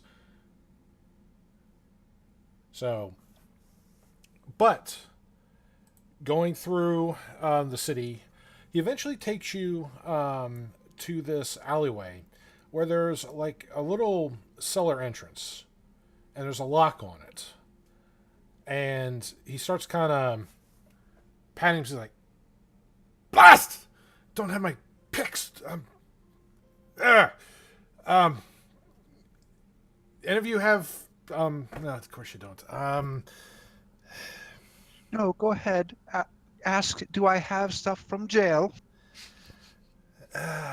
Can any of you open this lock? How far away are we from like a public viewpoint? You're about 20 feet in an alley. And you're invisible. So, just if I may, if I were to kick this door down, it would probably make a commotion. It could if you just smash the entrance. He's more akin to just trying to get the lock off so he can get inside. I don't have my short sword on me, so I can't just use my short sword to pry the lock open. So I can't do anything. I'm going to attempt to look around and see if there's anything I can scavenge to use as a tool. All right, make an investigation, just where you're going around the debris of the alley, some of the rubbish. 12. You find, various little pieces of brittle, like nails that are may be able to use once at best, but it would be a disadvantage for picking the lock because they're very improvised. Just for shits and giggles, can I make the same investigation with my +0? Sure. Natural 20. Good. Actually, you missed this set of masterwork lock-picking tools over here. Shit. Yeah, essentially, you're going through like the trash and everything. You see Sophona like moving, staying away from like the dirty baby wipes and everything, like the little rags, all the filth, the rats kind of scurry about as she's going through things. And Sophona, you're just kind of walking through the alley, just kind of looking about, and your foot just hits something. And you look up at your foot, and there's this little wooden box. And you open it up, and it's got like little, looks like maybe like a little kid's set, like maybe almost like a junior chemistry set and all that.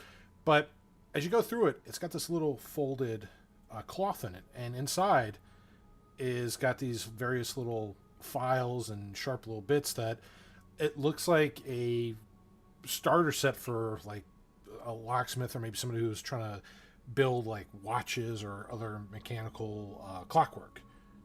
Which I'll pick it up and I'll dangle the cloth in front of Sophona. Like, is this what you're looking for?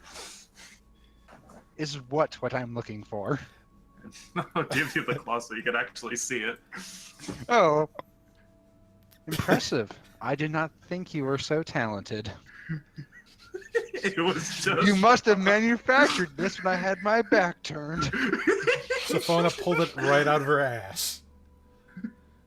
By the way, what else is in that kit? You said it was like a junior's chemistry set, basically. Yeah, it's all used up materials. Like they have like small little vials, maybe not more than like an inch high. It's just something to get people's interest, like a little kids' interest, to make little simple things like, oh, this is how you can make chalk using these, chemicals, or here's how you can, do this and that. It's just a really small set. It looks like it's been used up. Some of the components are kind of dried up. The other thing that was in there was the parts for what looked like to be making, upkeeping clockwork devices or smaller mechanical devices like little pocket watches and things. So it's somebody who is definitely more inclined, in that ways. And for the reason they tossed this out, maybe they got new sets, or they've been moving on to another hobby, but you're able to salvage that clockwork repair kit, which could double the tools for it anyway, into makeshift lockpicks. Just Or how you could big is make this clockwork box? dragons. Or I was about to say, I used to have an uncle who could do this, but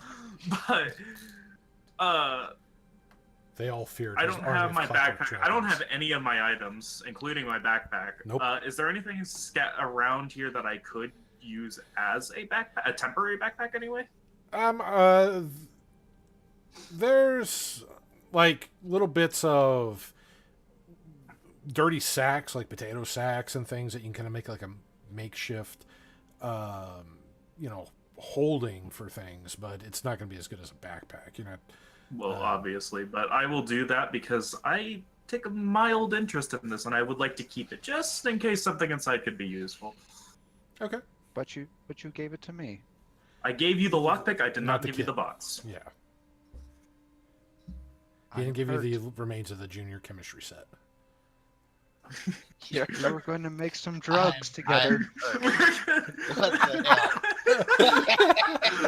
What the hell? Listen.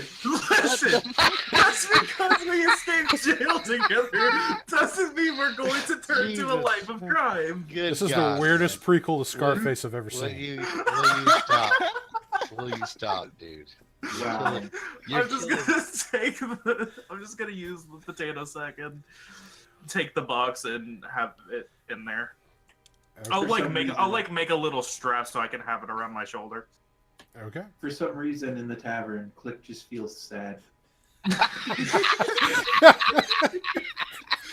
I could see Walter White. Oh God. Who's gonna throw the I'm pie on the roof? one who just punches people, so I think I would be better as Jesse anyway. So I Rex actually is never going to say finished that bitch series. at the end of Anyway, every go on. other sentence.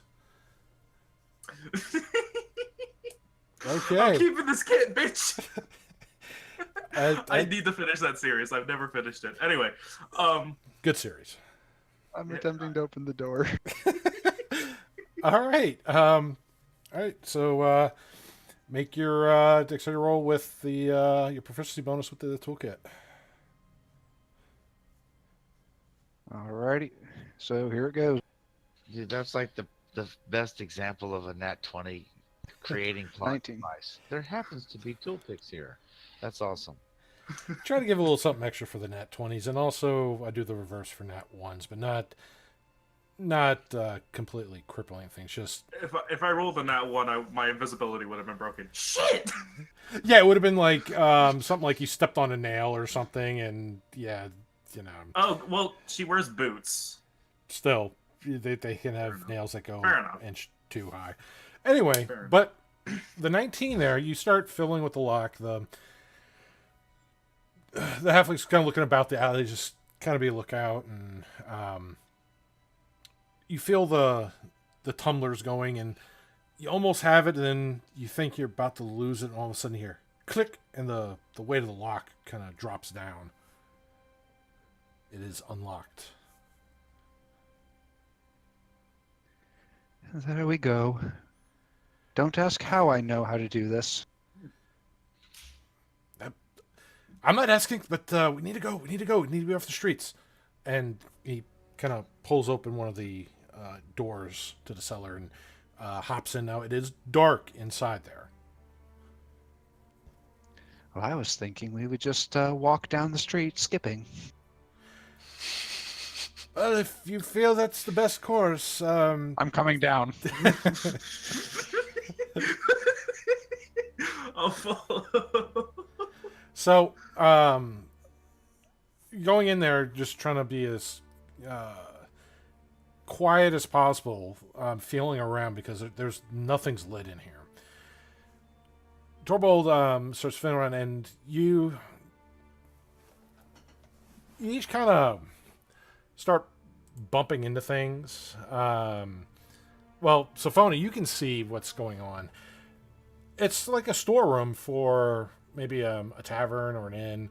There's various barrels stocked up on these little X frames, old kind of wooden crates. There's some spider webs and things in here. Some of the storeroom are other little knickknacks that haven't been touched in probably a year plus. He leads you over as best he can, just kind of feeling the wall behind this one set of kegs, and he slides the little frame slowly, and you can see where the stand has been slid before. Not a lot of times, but just enough. And beyond it, you can see what looks like to be a grate. And he's like, over here. And he just kind of lifts and twists the grate, and it pops off. And the grate itself is about maybe 2.5 feet wide. It's like, okay. Just stay close. It's going to get a little messy in here. Do you need a light? And would I actually want to see what's inside there? Light down there, but not in here. You'll may attract attention from the keep, from the innkeep. Right. Rexia, are you ready to go? She's gonna just jump down the hole. Geronimo! No. Yeah, she's ready. Okay. She's not gonna do that, Dave. No. All right. Well, Torvald jumps down, Goonie style, into this little grate, and you climb down, and it goes into a little drainage area. Looks like it opens up to a little form of natural caverns, which is not too unheard of. In fact, the larger network of caverns is kind of commonly called as the underways. A lot of bad things can lurk in these things, but that's more of out in the wilderness, the mountain ranges that bleed into these. That's where things like dark elves or,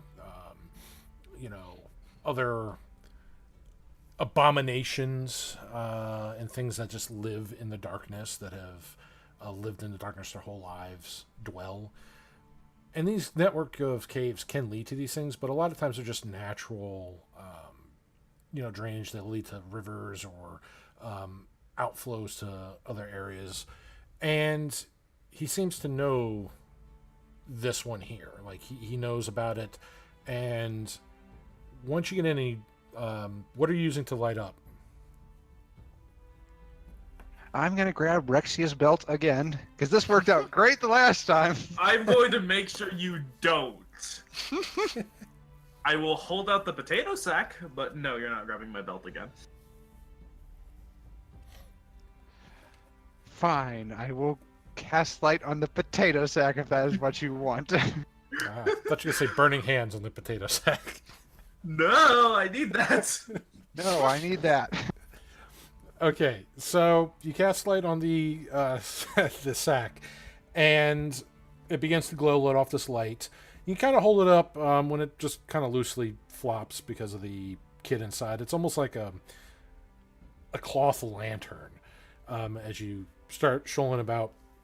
The caverns aren't the walls. It's a tight little tunnel. It's not really moist in here. There's a little bit of fungus, like mushrooms growing up here and there, but other than that, very small trickle of water. And he leads you through this network of caverns. Something that he's been through before, but you've never heard of it. You've never seen this, Sophona. You don't know that these even existed. But eventually, She knows now, and now she can use them against him. Yes. So, let me pull up this map here for you. Let's make sure everybody's on. The dude said it don't light here would alert the tavern. Are they near the Dirty Dog, perchance? They don't know. Something tells me they're near the Dirty Dog. There'd be a lot of character, taverns. maybe. Yeah. Out of character, maybe, but in character, you don't know shit. Now, even though you guys aren't I know a on the lot of map, things. the rest of you should be able to still kind of see the map itself. I have no map. It's I'm still. It would be pulling it out. Sophona and Rexia only, probably. Yeah.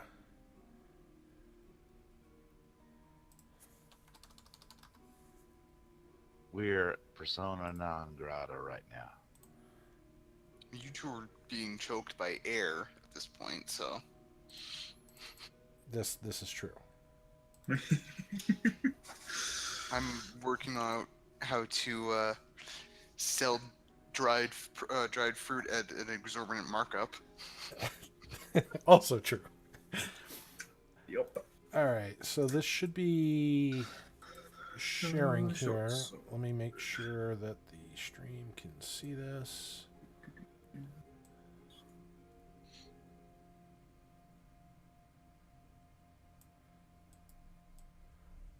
You're at the Oh, the bottom left of the alliteration. map.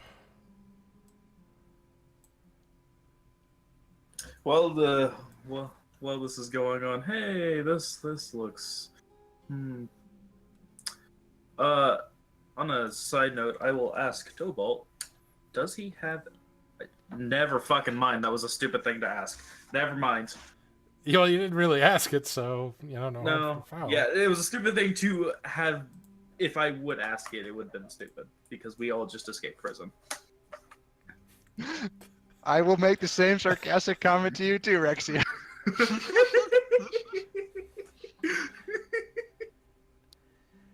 All right. So, can anybody not see the map? I can see it. I can see it. Okay. So I can't. you cannot. Sorry, Toe. Nope, I'm not there. Oh, as a player, you should be able to still see it. Should be able to still see the resource. Hang on, let me reshare it again. It's not sharing it with you for some reason. Let me just try dragging. Nope, that's not going to work.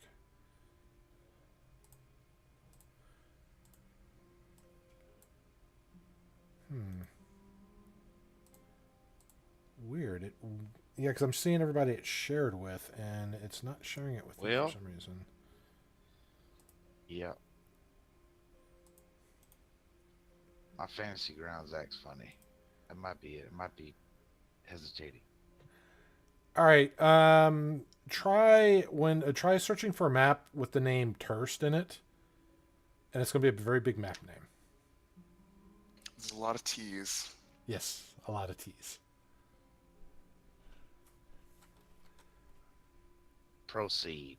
The Turst, Tumult, Temple, Tussle, Trials, and Tribulation. It's all cool. Go ahead and do your thing. I can look at it on the stream for a little bit. Okay. So he's bringing you through the underways here, going through all the tunnels. When you get over here, he starts kind of warning you about, like, don't step here. Kind of warning you about don't step here. And as you come across the bend here, you start to see what looks to be the remains of some subterranean structure. Been ruined for probably, a good century or more. Long forgotten. The weight of the earth has crushed a lot of this that you can see, but you hear sounds, chatter from inside.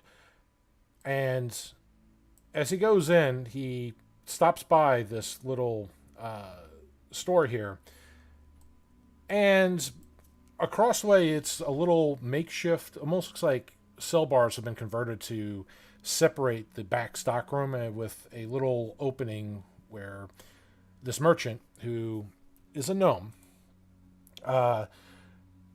he's got kind of a purple blasted back hair, wears a brown leather frock coat, has a little blue and orange lizard on his left shoulder, and he kind of going through his wares in the back and peeks up as he sees Tobold enter. And Tobold's like, "Hey, geek, what's up, man? How you been?" And the little gnome just kind of drops what he's holding and just kind of gets startled for a moment. The lizard doesn't really jump or anything; it just crawls from one shoulder to the other, and he whips his head about. "Tobold, that you? Heard you got pinched. And, who are they? Haven't seen them here before." Tobold, about that. Early release for extra good behavior. And, these two are witnesses of that behavior. More like we were the ones who caused that behavior. Details. Yeah. Yes, it was very good behavior. Yes. Like a saint. Yes. Yeah, we just need to lay low for a little bit. Just staying here for a little while. Anything new going on here? Anything of interest? Anything we should be aware of? And the gnome over there is just, well, not too much. They're having their fun up there in the pit, but other than that, same old. If you got the coin, though, Catches her ear and she goes, "I'm sorry. What is the pit?" Oh, it's well, it's where they like Is to. this like a gladiatorial arena that I've heard about? Oh, more like a fighting club, if you would. They bet and sometimes just work out frustrations, solve arguments. We find it to be a much better way of resolving problems than, the laws that we don't agree with above. Savona, you just see that Rexia has a light in her eyes when she hears all this. Don't worry, I am perfectly acceptable with everything that I am seeing in front of me. You go, lawlessness. That 29 deception. Natural 20! Yep. There's a lot of natural 20s today. There's been two. There's Three, been three. sorry. Yeah. So, yeah, Double's like, "Oh yeah, I'll show you around here. But yeah, this is Geek Sundries. If you need something, just talk to Geek over there. He can pretty much find just about anything. Most things find their way down here eventually. But nobody really. Would it cost us anything? Because, well, we don't exactly have our coin on us. Yeah, he doesn't work for charity, but it's fine.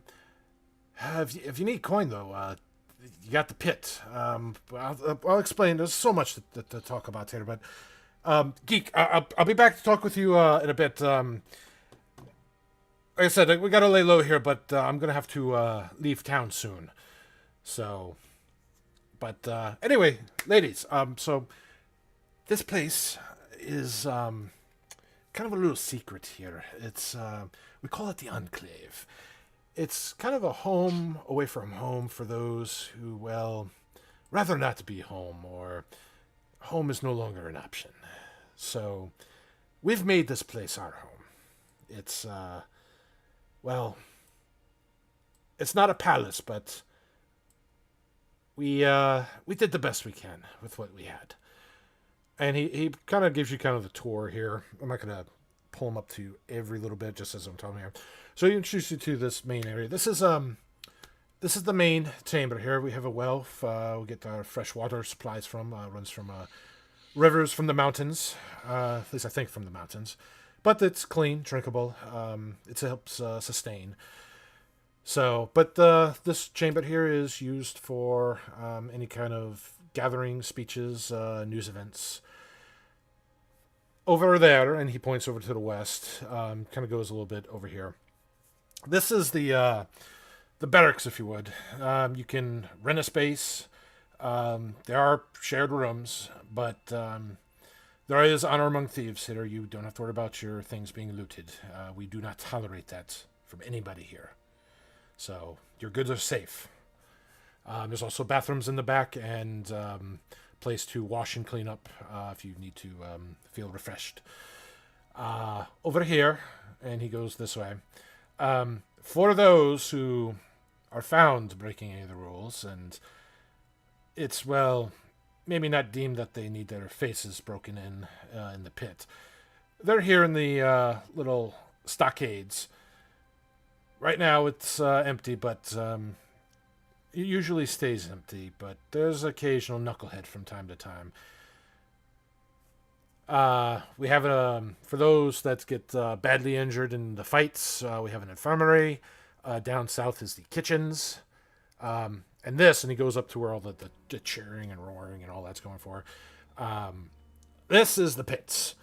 This is where the gambling, a lot of the fun and excitements, pretty much main form of entertainment here. This is where the magic happens. And you can see the whole borders, everybody's kind of standing up, cheering. There's a fight going on in the pit right now. There is a large Goliath with, looks like he's got chains wrapped around his fists, and he is pummeling this very skinny human just like into the dirt. And everybody's just going crazy just seeing this barbaric fight. Safona, I apologize, but what you can see from Rexia as she goes over and watches this is visible shaking excitement. And say, I want you both to make intelligence checks. Oh no, I'm not good at intelligence. 9. 21. Safona, you recognize two of the people here. The one that's currently in the pit is one of the guards outside the Dirty Dog. One customer, son of a bitch. Oh, sorry. And kind of sitting up on the ledge, just kind of perched, almost like a little pigeon, just kind of crouched down, hands over his knees, just looking down, is the other guard, the Knoll. And he's got just kind of wraps around his knuckles, wraps around his ankles, and he's just enjoying the show here. But you recognize him from your stakeout.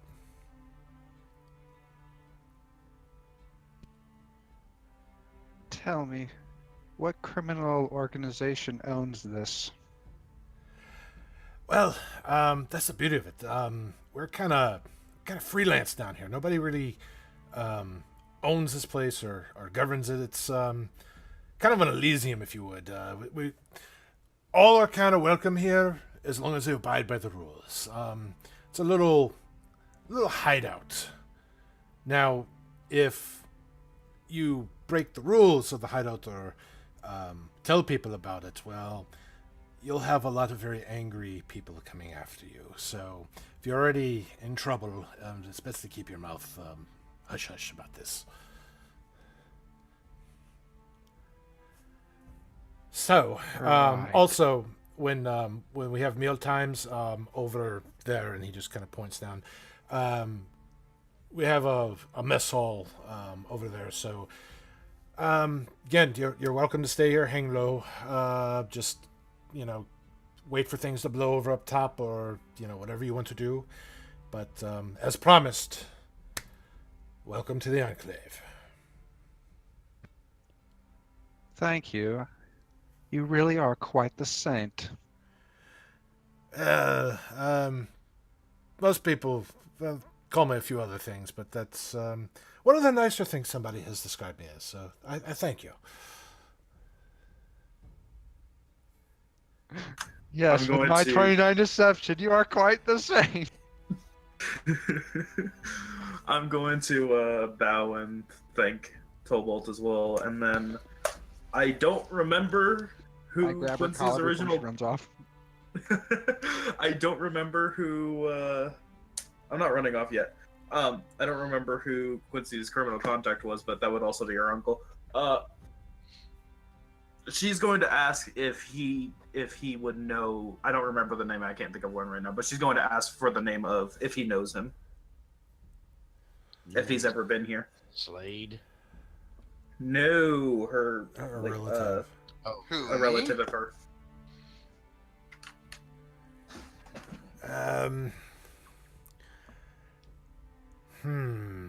That name's not familiar to me, but maybe talk to Geek. In fact, I got to go talk to him about getting my plans together to get out of this place as quietly and quickly as possible. It's who? She nods, and then we'll ask one more question, and she'll go. And well, just in case something were to happen, I can handle myself in just unarmed combat, but my companion here, she needs a weapon, and I suppose that we can't just take a rapier for free, can we? No, in fact, yeah, nothing in here is for free. You'll find that out. But Is there anything we can do to earn one without coin? It is fine. We will call the old man and he will get his coin. I'm going to cover your mouth before you say that, because even I'm not dumb enough for that to slip out. Especially since he literally just said, "Don't tell anyone about this." We don't have to bring him down here. I am developing some new spells that will allow us to get back to him. Because apparently, I need to remote communicate. You have sending yet? Once we long rest, then she can finish her perfecting of sending. all right. So he leaves you to your business as he goes off to go talk, and his recommendation is really just do favors for people, fight in the pit, gamble. Otherwise, that I'm going to look at Safona with like big puppy eyes, like, "Can I fight in the arena, please?" She's like a lost puppy right now.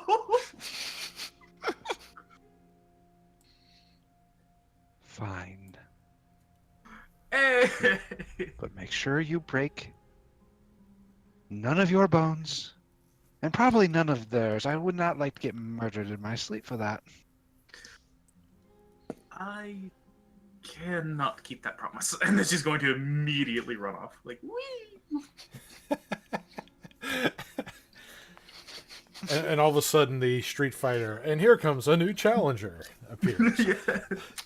I'll let Safona do her thing, but I will actually want to fight. All right. I assume this is like one-on-one combat. Yeah, from what you're seeing on here, it does look like that. It's just, two guys go in and either challenge each other, argue disputes, or just, bets are taking place. So, right now, talking about the next fight, in fact, almost on cue, as one of the gentlemen here, half-elf, is, all right, so, who will be brave enough to challenge either, and he points out to the Goliath here. We have Iron Knuckle, and we have our other undefeated opponent. And he just, who doesn't really have a moniker, so the guy's just like creating, he's like, "No mercy!" And he just snarls. And You can hear the face palming from here. No mercy. That's No right. Mercy is the best name. I'm going to immediately raise my hand and jump. Like, and then I'm going to point at No Mercy. No mercy. Uh-huh. Okay. What does he look like specifically? He's got orange fur with black spots. He's got a white patch on his chest. He has kind of a hide-like tunic, and it stretches down to like the pants, like a loincloth almost. But his ankles, the tops of his feet are wrapped up. His knuckles are kind of wrapped up, but his gnoll-like claws and everything, they're exposed. But he doesn't have any weapons or anything like that. The other guy, Iron Knuckle, also doesn't really have anything other than the chains that are on his fists. Okay. Well, if they're both undefeated, it really doesn't matter who I choose, but I'm going to go for No Mercy because I just kind of rolled the dice and that's who I chose. Rexia, try not to hurt them too badly. I believe men here wanted to talk with them. You know, the way he normally talks with people. By shooting their heads off. Rexia just looks over at Safona with a wide grin as she takes the loose wrap around her arm and tightens it before jumping into the arena. Actually, now that I think about it, and it's too late to stop this in action. They probably recognize her instead of me. Well, too late to stop this. I guess I need to start working on my sending spell. It's fine. It's fine. It's fine. Ooh, boy. That's a I compliment tone for me. partially believe in you. Oh, I give me someone to partially fight. believe in you. It's amazing. That should be a quote. I partially believe in you. Oh yeah, I always fuck up the quote ad system. Quote ad. Safona, I partially believe in you. Good God. Partially. I don't remember how to spell partially. Safona's such a butthole, man. I partially believe in you.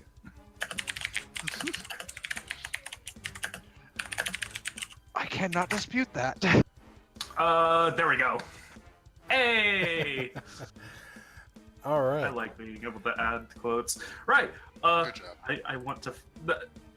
Assuming this is all one-on-one combat, I am 100% ready for this. I have all my key points. I have all my abilities. Let's do this. Roll for initiative. Ooh, boy. I get to put alert to use and have a 21. All right. So, So you point out to the knoll. You call your shot. Iron Knuckle, and then just kind of forearm high fives the knoll, and he just steps up off the out of the pit. Now the pit here is about 7 feet or so deep. It's not enough to really completely hinder you getting down and up, but it's enough to separate you from the crowd. So it's a makeshift arena here. Let me just zoom in on here, and we're going to make sure our combatant here is also visible. Okay.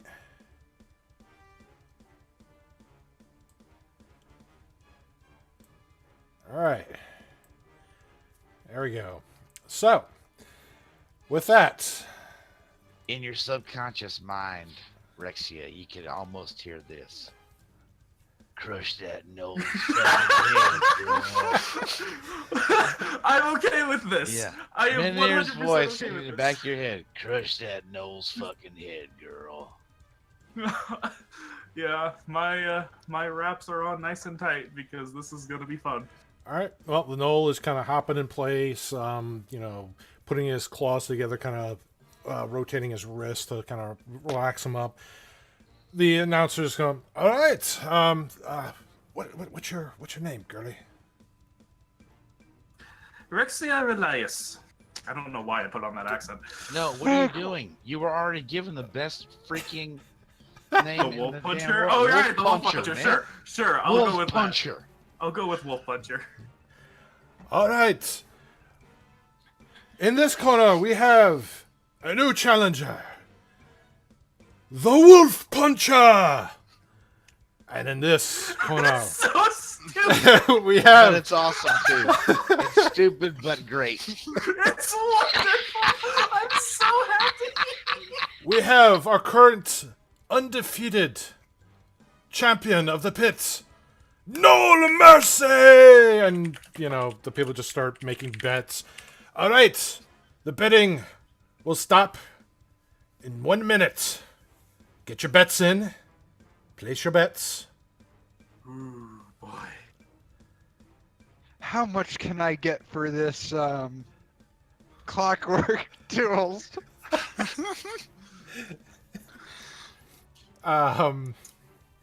Let's see. Wait, did you fucking take my potato sack off me, you bitch? No, I'll just bet it away without it. She would have handed you the bag before she jumped in. They'll give you a couple silver for that. Now they are going to give this because they're looking at her, looking at the knoll here. They're giving 9-to-1 odds on Rexia. So they give you so you're placing 5 silver, which is what they're giving you for the tools on Rexia here. So be big wins if she wins. So much lack of confidence. Rexia, if you lose, we're sleeping in the gutter.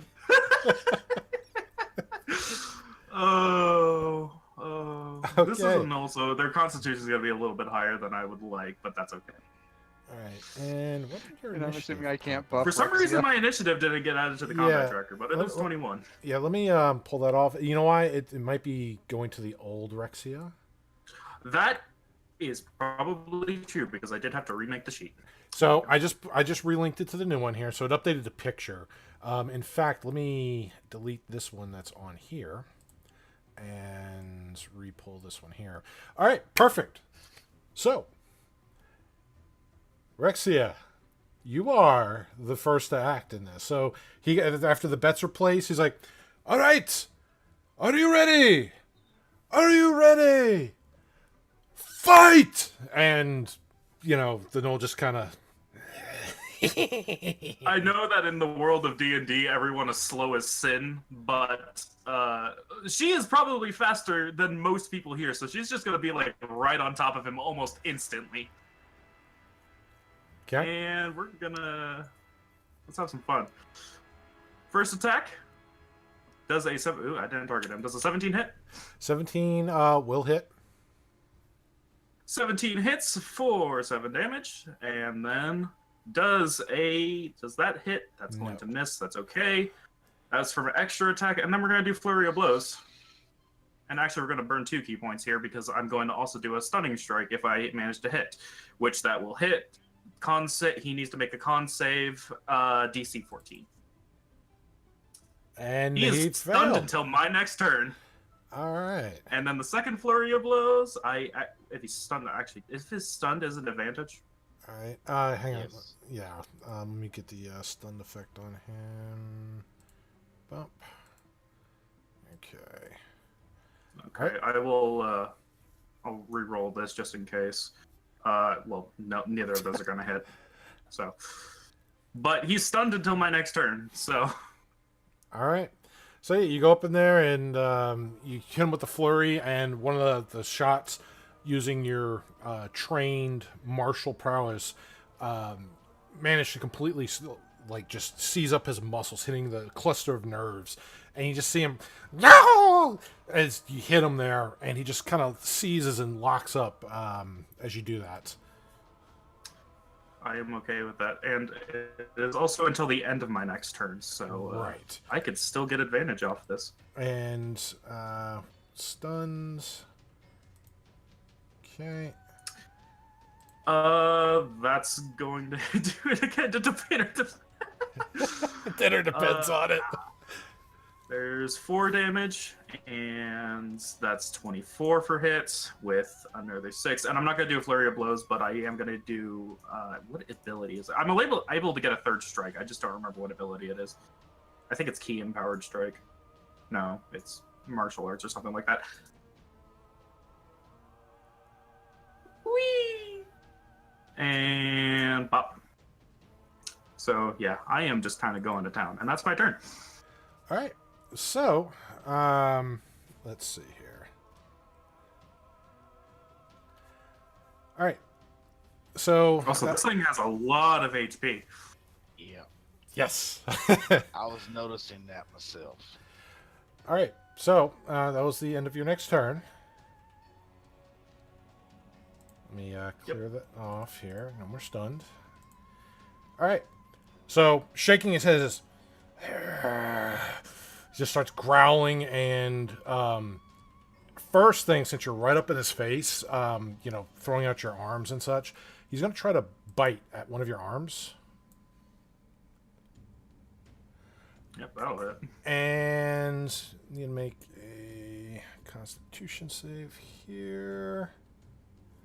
Oh, so as he bites into your arm, first you take from the bite itself 5 damage, but you feel something else from his teeth, almost like they're laced in something, and you feel the burning sensation as the poison starts coursing through your veins. No, I don't have Diamond Body yet. It's not Diamond Body. I don't have my immunity to poisons yet. And then he unleashes his own flurry as he comes up with a claw and misses you. And he moves around here and tries to go for another claw on you. And misses with a natural 1. All right. And that will end his turn there. Oh, you shouldn't have done that. Let's close that gap again. And 1. Oh! That is a natural 20. And I also forgot to burn my key point, but that's also for a stunning strike, which is DC 14. Okay, con save. It is a con save. 1 on the con save. Yep, no, he's stunned. Go ahead and put the marker on him. Yeah, let me get that here. You can still target and such. So the thing that's weird is I have to target them on the tracker to throw it unless I manually type it in. There's 2. And 3. Okay, I'm not going to use the flurry of blow. Does that hit? Yes, it does. And that's my turn. All right. Well, he is stunned right now. So again, you hit him in that same cluster of nerves, and he's just, Arr! And he just locks up again. You start unleashing. Monk is fun. You start unleashing the flare of blows as you still feel the venom kind of course in your veins. But it is your turn. He is still unable to move. His muscles are still locked in place. 1, 2, and then I'm gonna burn another key point here. Not for flurry of blows. I mean, 3, and that hits, and 4, and that hits. All And right. he is looking pretty wounded now. Yes, he is. So, I would like to mention that this whole time this is going on, I also noticed that he probably has a regen effect considering that color just changed. The whole time, all the crowd sees is just this crazed look on Rexia as she's just having the time of her life. Can I attempt to identify if the Knoll has any sort of regen? you can try. Make a nature check. 26. Jesus. Yeah, his wounds are kind of closing a little bit. Not super fast, but they're definitely more than natural. He's healing, Rexia. Punch harder. I mean, I'm punching as hard as I can. I've already burned through 4 of my 8 key points. All right, so he is going to reach out and try to bite you on this. Oh, That's gonna crit. That's I thought he couldn't. He is stunned. she took her Until the other end of turn her until the end next of her turn. next turn. I took it's till the end of my next Oh, turn. I okay. took 2 turns in a Never row mind. because of that. That's why he's got so much Sorry. damage on him. That's not too bad. That It's a does- con save. I need to make another con save, right? Well, yeah, but let's see. Yeah, let me roll this here. I can't cheat from the audience, can I? No, don't cheat. Fuck no. Don't do that. And he's gonna unleash with a claw attack. And another claw attack. Are you sure I can't cheat at this point? No, don't. Because So- believe it or not, I'm actually still okay. Okay, so you're he bites you again, and this time he gets you like right where your neck, almost like a vampire knoll, just bites in and tears a chunk where your flesh meets the shoulder and the neck. Just this chunk is torn out. More of this venom is coursing into your body. It's not really paralyzing or anything like that, but it is burning. It is hurting the nerves, the nerve endings. You just feel it eating away at your muscle. And his claws just start raking down your back, pretty much just gashing into this wonderful new outfit that you just had. Is now bloodied and messed up from this knoll. But that ends his turn. I'm okay with this. For some reason, my thing doesn't list that I have wholeness of body, even though I do. So, but I was going to use that here. So that's just 24 points automatically healed. So I only have 21 now, There you and go. that's all I can do because I can't do anything else.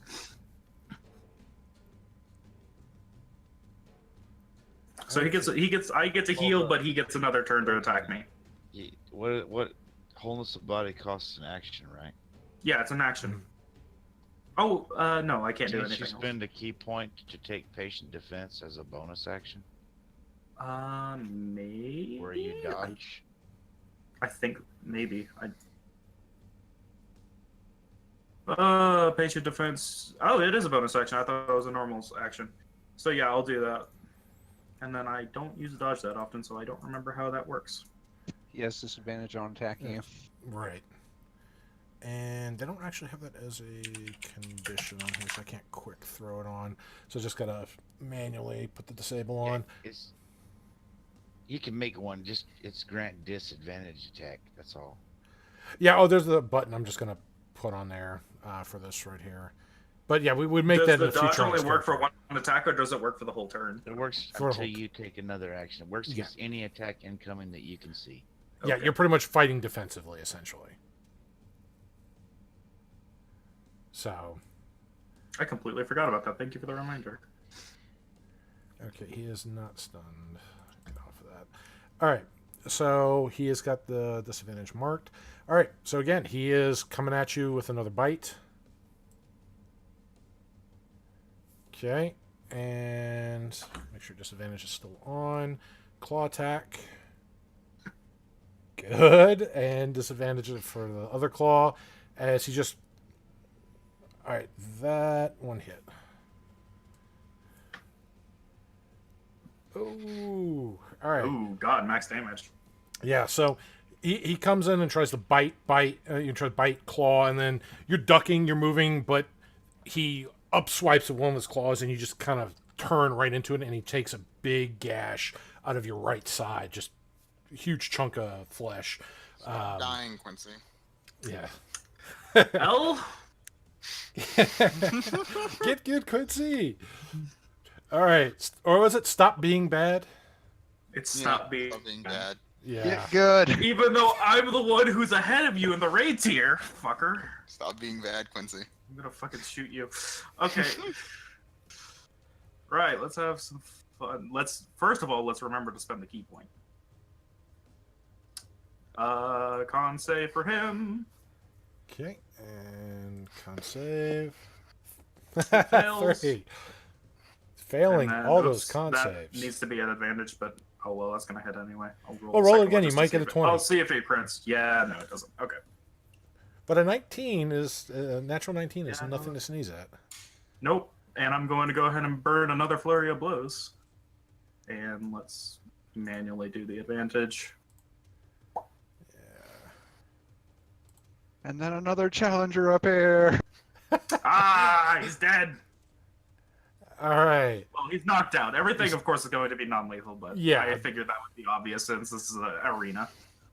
Yeah. So you you go in. So why don't you tell us what happens for the final blows? No, what? No, you can have your fun. I had my fun with this combat. I had a lot of fun with this combat. You have your fun describing it. Okay. So him being stunned with that again, you go for the same clusters of nerves that just lock up his back, his arms. It's almost like him being tased. He just can't move. And as he's doing that, you start unleashing right hand, left hand. Then you start coming around with your spin kick, and as you hit him with that, he collapses down to like one knee. And seeing his body down, you push off the back wall and launch your other knee like right into his jaw. And as you do that, you pass past him to the other wall. His body almost does a complete 180 flip in the air. He lands face first into the dirt of the pit. The people are like, and then they just go, ah! They'll start cheering and going crazy because they're just seeing this awesome fight go on. So, but And this is why you don't do unarmed combat against a monk. This is why Rexia is not controlled by Menir, because the last blow would have been an axe kick on his supine form to crush his effing skull. Oh, well, never mind. All right, so Safona, you are handed a pot of 45 silver pieces. Dinner.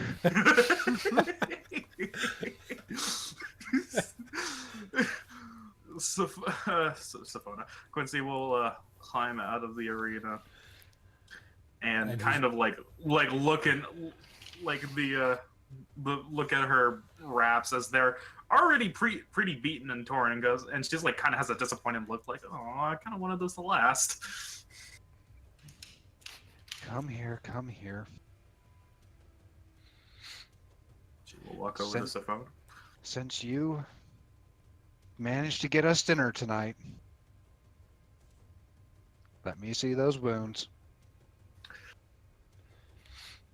She's not going to fight again until she gets a short rest anyway. Hey! She rubs dirt in the wound. No. Stick the finger in and grind. Stops bleeding. Gotta keep you tough. Like this whole time, Dirt, Safona, you just natural see... coagulant.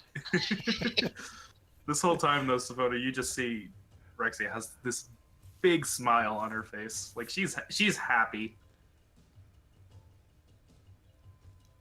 And 45 silver, you said? That She's should be happy enough she for dinner. beat a kobold within an inch of his life. She's just happy to be in a fight. She doesn't give a shit about winning or losing. She just wants to fight. That's why I'm here, because I care about things like eating and sleeping. And not having your companion be brutally wounded and having her flesh chunked out. We're going to have to talk about that later, Rexia. I was expecting less blood. You did very good, though. I was really lucky on those con saves. I figured like I was looking it up and I fucked up. It's not a DC of 14, it's a DC of 12, but he still didn't get above a 10, so I got really lucky on those stunning strikes. You got really lucky. Well, he got the crit is what hurt the most on that. Actually, yeah. And like, you failed all your saves on his stuff, too. So everybody was failing their saves. Mm-hmm. But the difference is that I have ability to heal myself for a lot more than his regen was. Yeah, his regen was really minor. And there was a reason for his regen, so... I assume he had a By the way, brings up an important question. You remember when we were originally making my character, I said that the pendant of wound closure or whatever, however it's pronounced. I can never pronounce the actual word. I said that she wears it around her wrist. Yes, that. Period. Yeah. Period. Period. Okay. She wears it around her wrist. Would the guards take that away, assuming that it's not just a normal pendant? Yes. Yeah, you just have your clothes. I'm really mad now because I really like that pendant. Well, you just I gotta would go like to get it. I break would like into to the get it back. precinct and break into their evidence hold and steal it back. That shouldn't be too hard. I mean, I'm proficient in stealth. I have a +6 to it. I could. Don't worry, we'll get it back. We just need to win a few more rounds, and then we'll bribe a corrupt guard, and we'll get it back. If the fighting is going to continue, I'd like to take a short rest before the next time so I can get my key points back. Well, we need to start worrying about how to get in contact with other people. And that's your department, not Just mine. then, there's a commotion from upstairs. People leaving. I'm gonna bash your fucking skull. Because Menhir's knocking the ogre guy's head off at the bar. I'm pretty sure it's still I'm pretty sure you're still being choked by air. Oh Yeah, yeah, this it's is- the next day. That's true. Yeah, this is like happening while you guys are doing your thing. So I will go over to the shop actually and talk to Geek. That's such a and horrible name, and I feel bad for this guy. And I will ask him if he has a short sword and how much it costs, because I would like to have that back. Okay. I don't use it, but it's a nice tool. All right, let me pull up this here. Okay, so you go into the shop and you see Tobold talking to him. Look, all right. So, look, don't worry about me.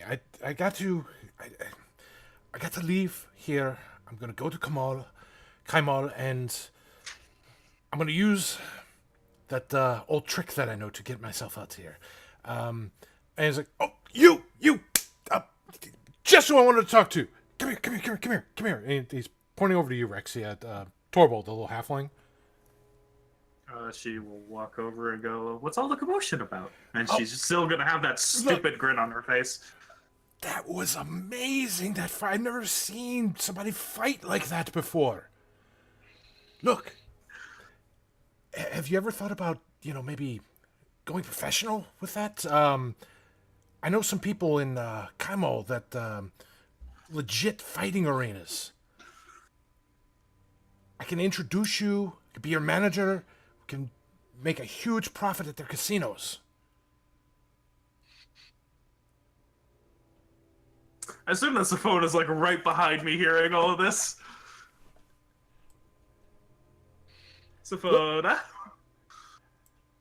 Look, Of don't worry about course the your law agent here. is I can right there. I can get you out too. Just look, just think about it. This could be a very good opportunity for the both of us. No, she's mine. I'm not leaving here yet. To be fair, not entirely false.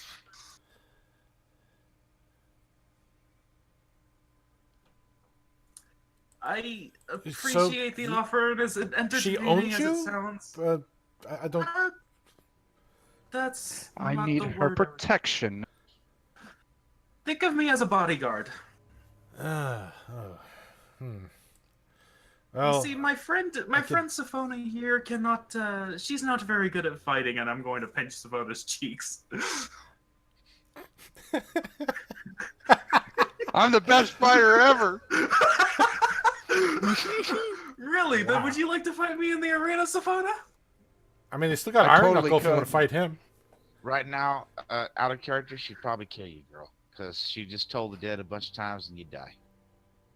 Yeah. this is- All I would have to do. I have no Told the armor Dead or is shield. Yeah, he. First of all, Told the Dead, isn't that a wisdom save? Yeah. Yeah, wisdom is kind of one of my specialties. I'm a skilled monkey with no armor or weapon at the moment. I'm pretty sure anybody here could take me. I wouldn't lay a finger of harm on Sophona, but But I could totally take them all. My 26 deception? Oh, yeah.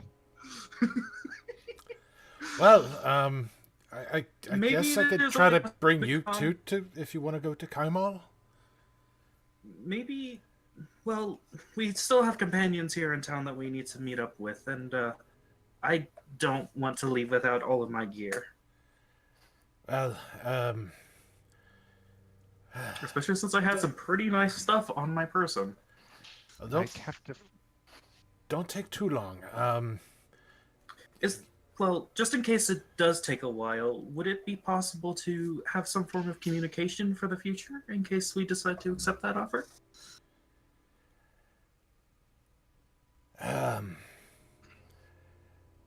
Okay. If you change your As mind, I pull out my notebook so I can write this down.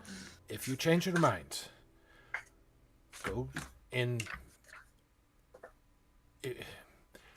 about 2 days. If you have not made your decision, I will be gone. But in that time, if you want to go to the halls of the dead. Speak to Horus. Just ask for tea. He'll know. Not a big T.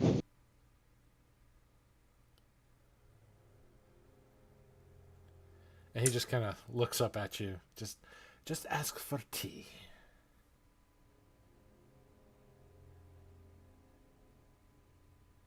The halls of the dead is basically the mortuary. I don't know, I'd rather have coffee. I'm going to elbow you. Like, out of character, I'm going to elbow you because I don't like coffee. That sounds like a personal problem. Fuck you. So, I'm going to thank him for the information, and I will let him know in 2 days' time. All right. Because in Rexia's mind right now, the reason why she's actually tempted by this is because, well, she doesn't know this. She basically got set up by the mercenary group she wanted to go through with, and fighting is all she knows. So if she can do this professionally, like that's like a right up her alley. All right. So he's made his things here. All right. Well, Gabe, I will see you later. I will tell your cousin hi. I'll stay for dinner, but then I have to go. All right, ciao. And he just kind of waves. The lizard still just lazily perched over one of his shoulders. The bright purple hair just kind of blasted back. You're lucky. You said you were looking for a short sword before a tea there propositioned you there, right? I'm sorry, you cut out a little bit on my end. What? Something about a short sword? You're asking about a short sword before Torvald there propositioned you with his offer. Yes. I do favor unarmed combat, but a short sword, you can never go wrong with a secondary weapon. Weapon's always nice in these times. Good thing to defend yourself. It's a little bit more than security. Sometimes it's a way of living, and, well, no woman should be without one. I can sell you one for 15 gold. The performance in the arena wasn't enough to maybe lower that a bit. Not like we have the gold anyway for it, but I didn't get to see the performance. I also don't have. Oh, he didn't. Shit. Yeah, he's been in the shop. That's where he makes his money. Good job. I don't think I can haggle him that low. Plus, we need that silver for dinner. Well, I will keep that price in mind. We don't have the coin for now since, well, all of our I used to have the coin, but all of our coin was taken. Well, sorry to hear that, but And to be fair, if I actually had my gear, I wouldn't need to buy another short sword. Unless he had a magical one. You want to ask him Did for I actually magical weapons? Yeah, I'm asking, do you have a magical short sword? It just occurred to me, like, wait a minute. Well, let's find out here. Let me roll on. Let's see. Well, I do have some magical weapons. Let's see. A short sword or a rapier for Savona? I can make do without my weapon. You could. Doesn't mean Rexy is going to let that happen.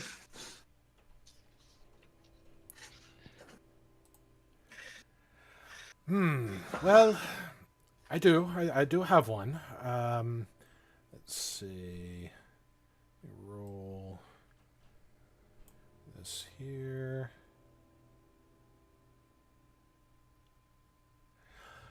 All right. I do have a magical blade. I don't, really bring this out for everybody, but...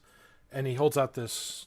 He goes in the back, pulls out this locked chest, and opens it up, and this blade is wrapped up in cloth. He unravels it, and it's a very fine quality looking short sword, and it almost has this pristine gleam to it. It's unblemished. It's almost like it was just worked out of a forge. May I wield it for a moment? I'll give it back, of course.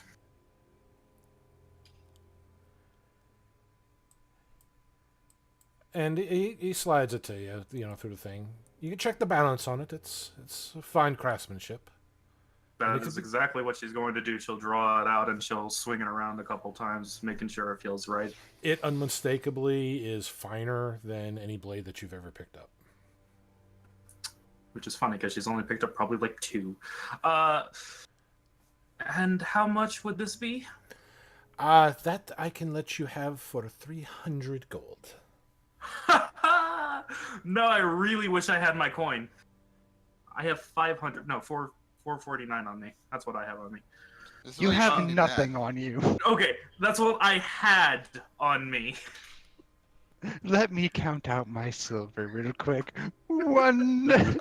I'm going to elbow you again, and then I'll sheath the sword and hand it back, and I'll go, if I ever get my coin back, I will make sure to pick that off of you. So just be sure not to sell it. I make no promises if another buyer comes along. It's, gotta make a living somehow. I mean, if anyone comes in with 300 gold and buys that, I will be like, you know what, fair play. But if it is here and you have the coin, I most certainly can be yours. Okay, and I'm gonna look at Safona and let her do some talking now. Well, until I finish the spell, we do not have any easy way to get a hold of the others. It is a long rest to finish learning that spell, correct? Yeah, probably. From the level up. Yeah, that's what I assume. If that's the case, Dave, would it be possible for me to do 2 more fights? Doing a short rest in between each one so you don't screw me over out of my fucking key points. I mean, yeah, if you want to try to do a couple more fights, you most certainly can. And how much would... She's going to ask Geek. How much would dinner cost us? Well, let's see here.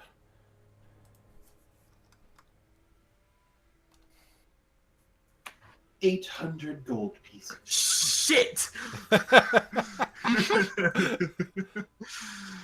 Well, you better get to fighting then. She's okay with us as long as she gets her short rests. Let's see. So for you and Safona? Mm-hmm. We have 45 silver. How much is it going to cost? For both of you, it's going to be about 3 silver pieces. Actually, no, 4 silver pieces. Okay. How do you feel about gambling, Savona? Gambling more money? I guess I'm going to go gambling. Sadly, the odds, No, the it's odds not. against you probably are not going to be as good this time. Yeah, Yep. you won't get as big a payout, I'm sure. But To be hey, fair, we didn't have any money to bet to begin with. We had to sell the chemical set, which sucks because I wanted to use that. Okay. So can we take a short rest before next one? And do we want to switch over to the other people? All right. So, let's do this. Let's do the short rest, one more fight, and because then we can go into your long rest and go with what is communicated and what the others do. Okay. Well, I'll take my short rest, roll my hit die, reset my key points, and my wholeness of body, which is still not on my ability sheet for some reason. I don't know why. It's because you're bad. At least that's what Earl says.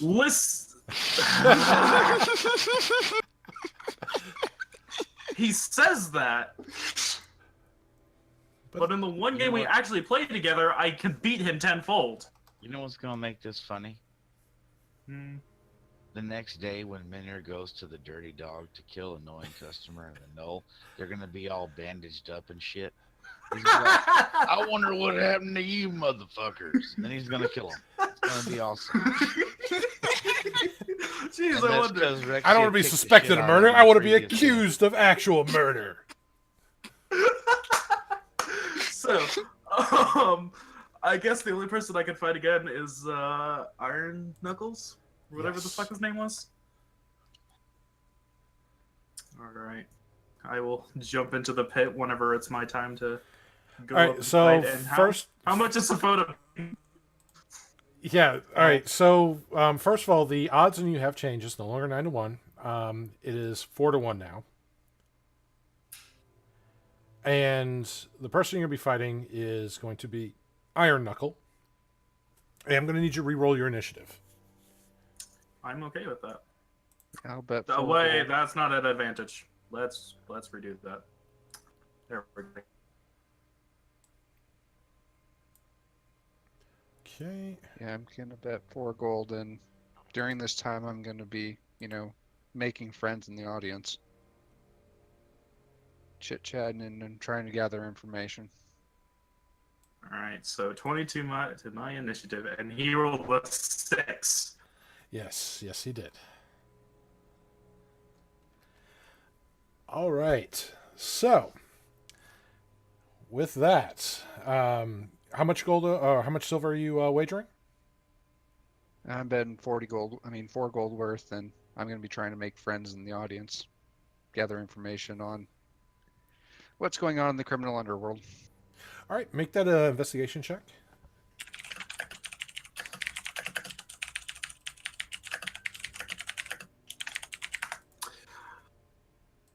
$22.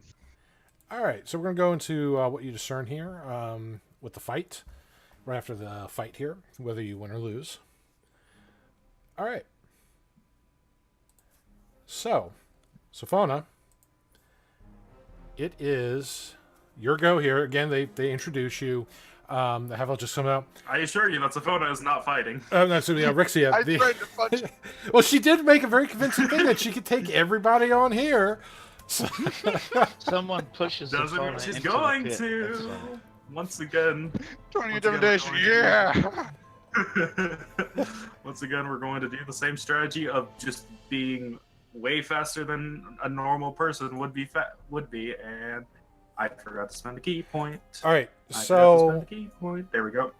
Con save. all right, no. So on that, Oh? yes. So on that, as you're going to hit him with that, he parries your strike, Oh. raising his AC. Yes, they both have their own little tricks. This is his. I mean, that's a 24, so that still Is a with misses his parry, or it's a 25 to hit him. Holy! Okay, and that's a reaction, isn't it? Yes. So he gets to do it once, but Oh. it's Yeah. Oh, you and me are gonna have a fun time. That's gonna miss, but that's okay. So stunning strike doesn't go up. I'll still do flurry of blow. That misses and that hits. Okay. Minimum. This is going to be a fun one. I'm going hungry tonight. Well, no, did you already pay for the food and rooms? I did, didn't I? So Yeah. I'm You're good just for gonna have tonight. 2 silver at the end You of have this. 1 silver. You have 1 silver. All right. Good. Okay, that's my turn. So, you go in and you try to stun him, and he just, when your fist goes in to do the strike, his fist, after watching you do this to the knoll, his fist comes out with the chain, hits into yours, and he just looks at you, shakes his head, no. And you come in and start doing the other flurries, hitting him, and as you hit him, it's like punching granite. He is solid, built, just muscle on muscle. And he just smiles after you unleash the fury, and he looks down on you. I'm gonna have fun breaking you, little one. And he is... I wish evasion would have worked for normal attacks, but oh well, that's fine. So, on his next attack roll here, he gets to add a d4 to it. As he goes to punch the wolf puncher. Wait, for all of us? No, for him. Oh wow. So, alright, so that hits, and it's only for the first one. Okay. And first damage. And second damage. Both 5. So, 20 damage on Rexia. Ooh, Yeah. And he just this is goes... going to be tough. He just... I actually have to play this defensively, you bastard. And he's going to move around here and just kind of...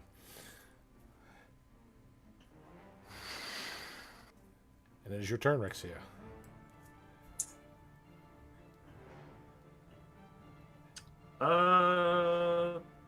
Wow, he has a high AC. Yes, he does. Extra attack. Does he parry that? Yes, he does. Cool. Burning a key point for a dodge action. Okay. So all those attacks... Might have been off more than I could chew here. All right. And let's see, you're staying right there? Mm-hmm. All right. So, you're fighting defensively, seeing this guy just taking the full-on initiative. He is coming at you hard. He seems very, very brave, very headstrong, very sure of himself as he goes in with the first attack here. No bonuses on the rolls here. That is disadvantage. Yep. No, I didn't roll it. Here's the disadvantage roll. No, that's still gonna Okay. Now this one should pop a disadvantage. Why is he doing D10 plus 5 slashing? Because I mistyped the thing on here. It should be bludgeoning. Razor sharp fists. Spike chains! Arr! So, oh wow, disadvantage hit you on the other one? Okay. Yeah, it did. Alright. Beat my AC by 1. So, 15 on, Ow! and 10 on the other one. You should stop being bad. Yeah, I Yeah. can't cheat you a win out of this, I feel. Alright. I mean, you could probably sleight of hand some no, because it would probably be vocal as well. Yeah, it'd be cutting words, but I mean, you could You try. should stop being bad, Quincy. I'd run out of resources really fast. Good luck, Rexia. I believe in you. Yeah, you That's see a her bad get idea. punched in the ribs. Her body goes up about a foot. Gets punched again in the other ribs. Remember, this is annoying customer. Is this? This is annoying customer. Yes, Oh, well. his pit fighting moniker is Iron Knuckle, and you're I'm finding out why. going to- It's like being hit with a block of iron every time he punches you. Yeah, no. bit off more than I could chew, and even I will admit that. Rexia will actually like take a step back against the wall, and she'll raise her hands like, "I'm out." Like she knows when she's lost. There's nothing I could do. I was burning through resources way too fast. So you're yielding the fight? Yeah, no, I'm yielding. She's crazy. She's not that crazy. Okay. Well, It's a good thing you already paid for our rooms and stuff, and now we actually have a reason to go back and get our gold. I gambled it away. It's all gone. This is why I'm the gambler and not you. Okay, so you just kind of, step back and just yield the fight as he's getting ready to come in with another strike, just head on. You do that, and the crowd just kind of boo, and he just looks at you, looks at the ounce like, you serious? And you can almost see him just mouth where he's like, fuck, and he just hits the side of the pit because his adrenaline's still going. But wait, he's pissed? Good. Well, yeah, he wanted a fight, and you just backed out of the fight, so you basically robbed him of a fight. So yeah, cool. He I'm won, okay, but it's not what he wanted. There wasn't much of a fight. Yeah, no, that was very one-sided. So I could handle the Knoll because he didn't have parry or a ridiculous AC. Yeah, well, the Knoll had more hit points and the very mild regeneration effect. He just was harder to hit, and he had a lot less hit points. Fucking 25 with a parry, and what was his AC? May I ask? 19? 18. 18. Okay, yeah. Even with a +6, that was going to be really hard to hit. So I will jump out of the arena. Well, I am perfectly okay with him being pissed off. And I'm gonna look at Safona and like she's bruised and her clothing is torn, but she still has a smile on her face. That's good. Safona doesn't. So, all right. I'm going to recommend the plan of let us try to get our gold back because I really want that sword. Oh, I'm going to recommend a plan as well. It's called dodging.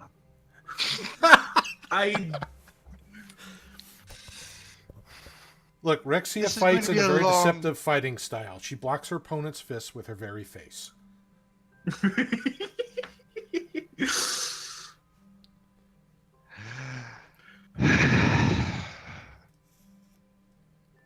All right. Just be happy that none of my bones are broken. Let's get you cleaned up. So what information did she learn while that was that Yes. fucking 30-second fight Not was a going lot. If you need to go back and fight longer, I need to get more information. on? No. Our reputation is tattered now. The fuck? You go down there and fight him then. Okay. I totally could. So, the some of the things that you pick up there is again some of the latest things, of course. The breakout, the recent murders. The one though that people are chatting here, mainly because to them, it's kind of a strike against the man. Is the death of the noble, and it's not just because the noble is how he was murdered. As you already knew, as you already recognized that the noble Lord Hardcourt, he helped fought in the wars against the Chroma Conclave. But apparently he was viciously mutilated. I mean, it wasn't just somebody stabbed him or, just basically somebody went to great lengths to turn him into almost hamburger. Now, Werewolves, man, werewolves. Rose would have probably eaten him. But Full werewolves. but that people are talking about, well, what the hell was, what was he doing? He's not even from this town. And some of the people are speculating that he was looking to purchase property here, He never really married. So,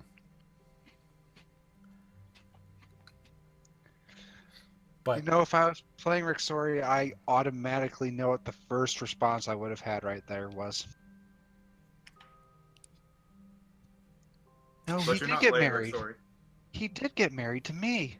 It's now all mine.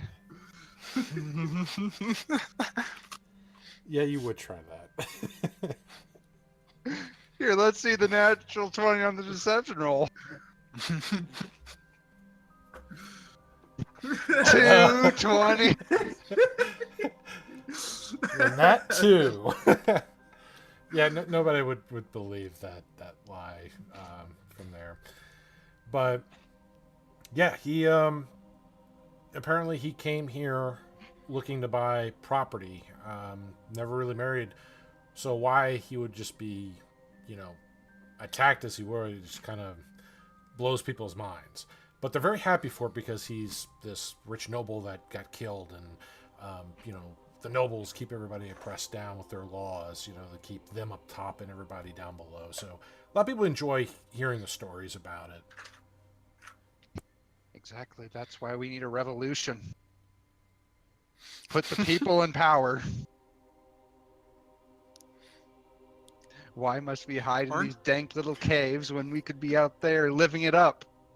Aren't you a government official? Shouldn't you Not not? I'm this really insight glad you're not in this room. Not this government. So I'm pretty. Is Turstfield part of the Tal'Dorei Republic? I don't think it is. Well, they kind of try to help govern, Tal'Dorei in a sense. So they do try to. They're like the federal government, Their laws do kind of spread out to the other states, in this case, the other bits of the land, but they do have their own individual laws that are central to only those areas, but they still try to abide by the council. Though council was shaken through the wars of the Conclave, and it's been in a rebuilding state for the past 2 years. And it lacks the strength and power to properly govern. But we, the people, could do it. We could bring that new order.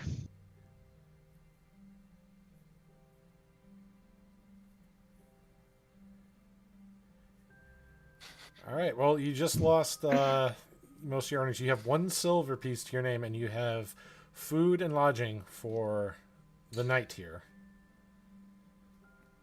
We need to get back to my horse. I have food and emergency supplies there.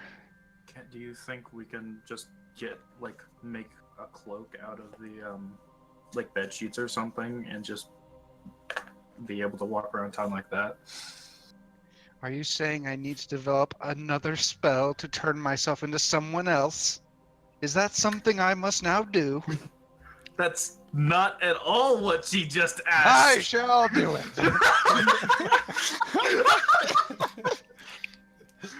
Only because you Yes! asked, Rexia. Oh, yeah. Ow. Right? Yeah, I'm good. I'm good. Okay. Oh, fuck. Something happened. Okay. Try not to die. After that fight, pretty hard. I mean, it was all non-lethal. Well, I assume it was non-lethal. You assume, and that's You sure a about dangerous that? assumption. There's a lot of bruises, maybe some cracked ribs and things like that. They fight hard, but they're not trying to kill, but they can leave some serious injury. It's like boxing or UFC. People get hurt from time to time. And now my bodyguard is going to have to find some way to make it up to me for being an embarrassment out there. And this is where she was indentured to her for the rest of her life. You What say that. What CR is that guy? He's insane. That is an insanely high parry score. Yeah. Because parry is equivalent to your proficiency bonus. You might have. If he had an something AC special of if he had an AC of 25 after he parried, then yeah. That's what I'm saying. Might have had something And different. punching D10 plus 5, that dude's a monk or something. Don't worry, you will get to mace him someday. It's going to make it all the sweeter when Menhir The thing goes is to that attack him. like there was no fucking way in hell that, especially with like I hate parry when I'm going against it, but in one-on-one combat, parry, no, there was no way I was winning that fight once I found that out. You might have. No. If I got really good rolls, maybe, but no. All right. Well, what do you do now that the fight's over? You're bandaging your wounds. I will spend another hit die on a short rest. I will spend 2. Well, you guys will be taking a long rest since you're going to be sleeping here. Oh, are we? Yeah. No. Yeah. I already So used fight them. Oh him. well. No, I mean, I don't think there's anyone else I can fight. I'm not going to fight him again. You could fight me. We could stage a.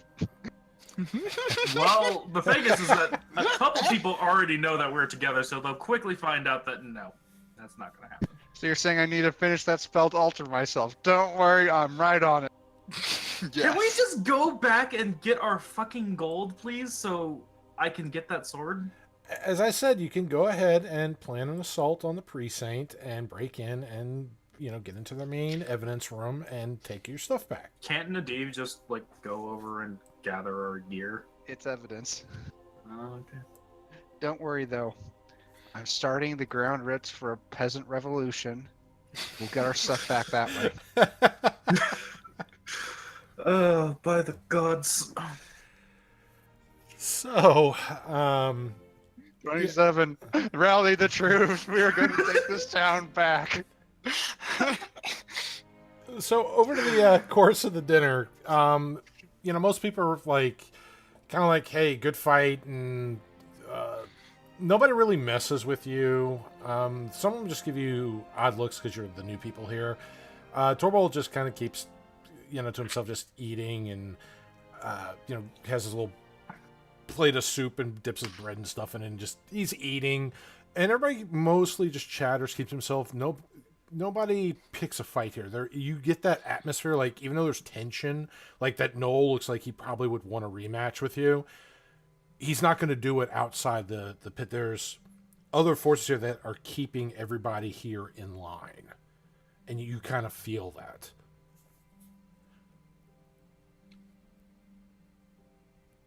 The question though, is it the clasp, the myriad, or these 6 blade? Though I doubt it'd be them, considering there's not blood and guts everywhere.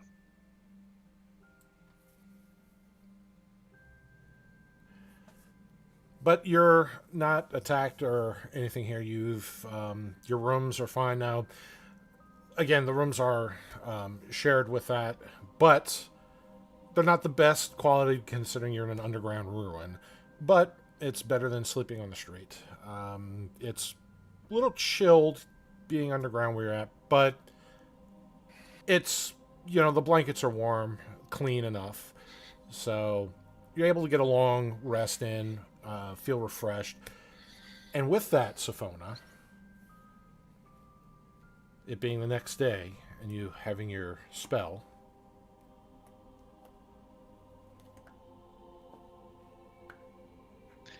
Probably should have thought about what I'm going to say. we are not Actually, dead. I'm gonna... You mean in the 4 hours that we've been doing this session, you haven't thought about what you're going to say?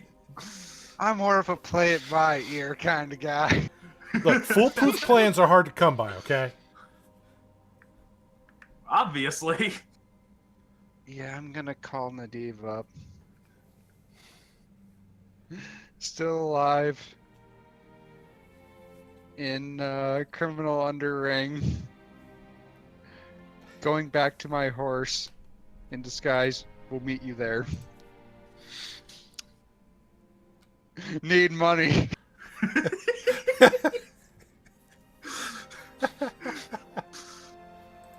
Nadiv reaches into his pockets and conceals all money. Well, the You Deep got spent 20... most of his money bailing out Menhir and Click. Oh yeah, that too. If only you can persuade some guards to give you back our money, though, that they took. I mean, I still have my money. Yeah, but I don't think you're going to give give it to us. No.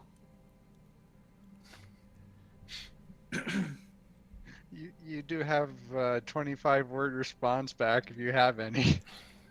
You can respond to this message. I'm sorry, the number you have dialed is currently disconnected. You gotta do the dial tone. You gotta do do. We're sorry. The number you were trying to reach has been disconnected or is out of service.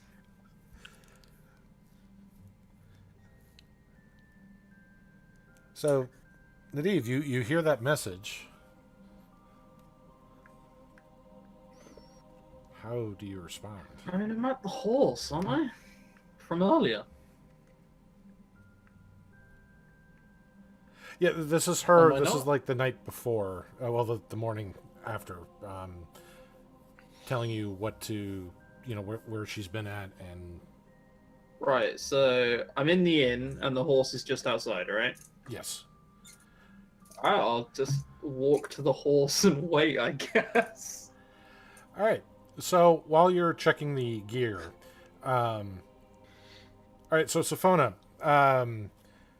when you leave this place, how are you traveling through the streets? Same thing with you, Rexia. I assume that if she's going as disguised, she's going to want to leave me here so she doesn't have to use a disguise kit. Let me pull out my disguise kit real quick. Yeah! Well, from before, I mean. You could probably buy some cloaks with that 1 silver. I was going to ask about that. I was going to ask you 2 things, but the more important one is, could we have just 2 cloaks so we could walk around on the street without being noticed? Good news, everyone. Good news, everybody! I have developed a spell that allows you to change your identity. Or you could just, cast invisibility again. I mean, I guess. My good man. Do you have 2 cloaks we can use? I'll give them back. Well, he doesn't, rent out the clothing, but We have 1 silver. How much is 2 cloaks? 2 plain cloaks that can hide our face through a hood. it would be 5 silver for What the both fuck? cloaks. We only need They're one. designer you can cloaks. Come on. You can come do 1 silver for 1. Do people wear armor in the pit? Or is everybody like butt naked with clothes and shit? Try to sneak into someone else's room and steal They, their. they have bits and pieces of things, but it's not heavily, armor. It's kind of frowned upon to have certain things. But you weren't really there to really gauge all that stuff. 1 cloak, 1 silver. Who buys cloaks down in a black market area? Come on. I don't know. People who are cold and maybe don't want to be noticed. It's actually a high commodity item for people who travel down here. Well, she's doing that. Elle Words gave me a are good hard, idea. Shut the fuck up. Elle gave me a good idea. I'm gonna go and see if I can find any spare clothes lying around in any of the rooms. And what's the persuasion roll here? Yes, spare cloaks. Quotation.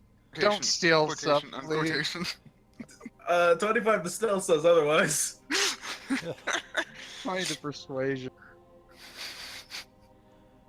Okay, and where exactly are you sneaking to?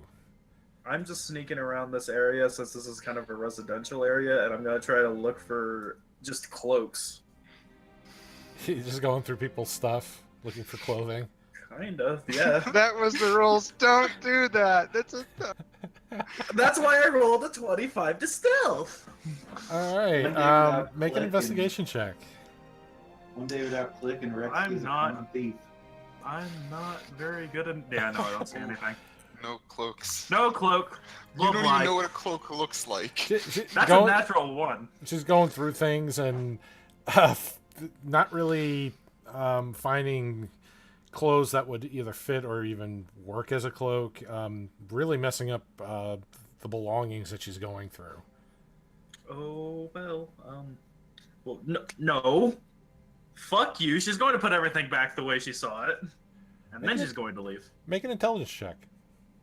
See if you can remember how everything exactly was. I'm not going to remember everything exactly what. Yeah, no. You remember nothing. Okay, I guess I am going to. Hey, do furniture floats! Just stacking everything on top. The second I think I'm good, I'm going to stealth out and go back to Sophona and act like nothing happened. Because nothing did happen, because fuck you, 25 to stealth. Unless someone could beat that in a perception. Probably. Keep saying fuck you to the DM, and something will probably happen. I mean, I It say that already because has. I want something to happen. It already has. And y'all don't even. It already has. The consequences have already been reaped. All right, They've already been you go sown, back they haven't to been reaped yet. what was that, Garrett? He said the consequences have already been reaped, but and I said that they've been sown because they haven't actually happened yet, so that you wouldn't be able to Part say of that them they've have been happened. reaped yet. Part of them have already happened. So I will stay behind. If I can't find the cloak, I will stay behind and let Sophona go by herself. If she's disguised. All right. I don't know if I should leave you behind. You kind of don't have much of a choice at this point. Can I haggle him down to 1 silver for a cloak? With a 20 persuasion. Yep. Yeah, you kind of beat him down to. It's like, You all don't right. have to give me the best one. And he grabs one of the cloaks that he's got, and he just folds it up and puts it through the little bars there, and hands you the cloak. Thank you. Here you go, Rexia. Now, But I need you to be why? really stealthy while we're up there, okay? You do know how to be stealthy, right?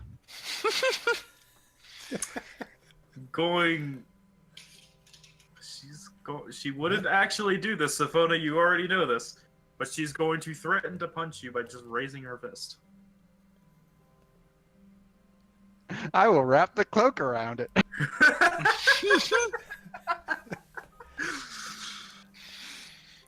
All right. She'll like a pouch, she'll put it on. So you put on the cloak. You two are. Put the hood up so it's like covering my face partly. All right. So you two leave the enclave here. Rexia, make your stealth check. Don't betray me. I need this. 16. It's not horrible. All right. So you kind of fumble your way through the caverns here a bit, and it takes you a little longer getting out because you don't know this place like the back of your hand. But you do eventually find your way back out to the cellar that you came through, and back to the door that's still not been locked, so nobody's really discovered the lock yet in the 24 hours that you've been here. You creep it open. It is early morning. It is very cold outside. So you're actually kind of happy, Rexia, that you got that cloak. And as the chill wind blows through the streets, there's not a lot of people out this early. There are a couple guard walking here and there. There's still the beggars that are kind of huddling up, wrapping themselves up in whatever sacks, debris, anything to get that extra coverage to block their skin from the cold winds. But you both manage to make your way back to the Tipsy Inn, where you await at the horse as Nadiv goes by the horse to check on the gear.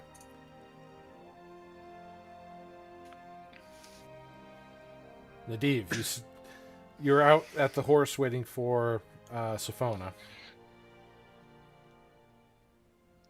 And a short-haired ginger human walks up. What is it with you and ginger hair?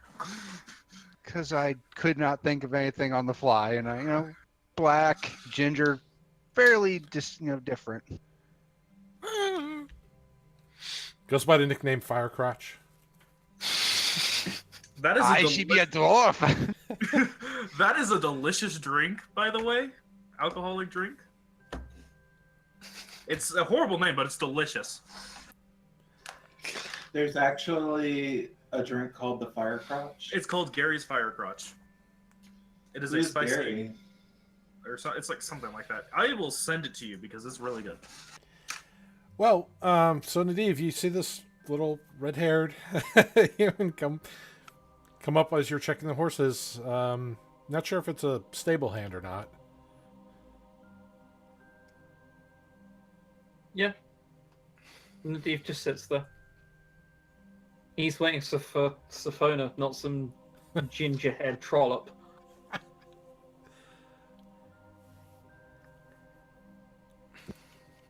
Oh, hi, lad. You like my horse?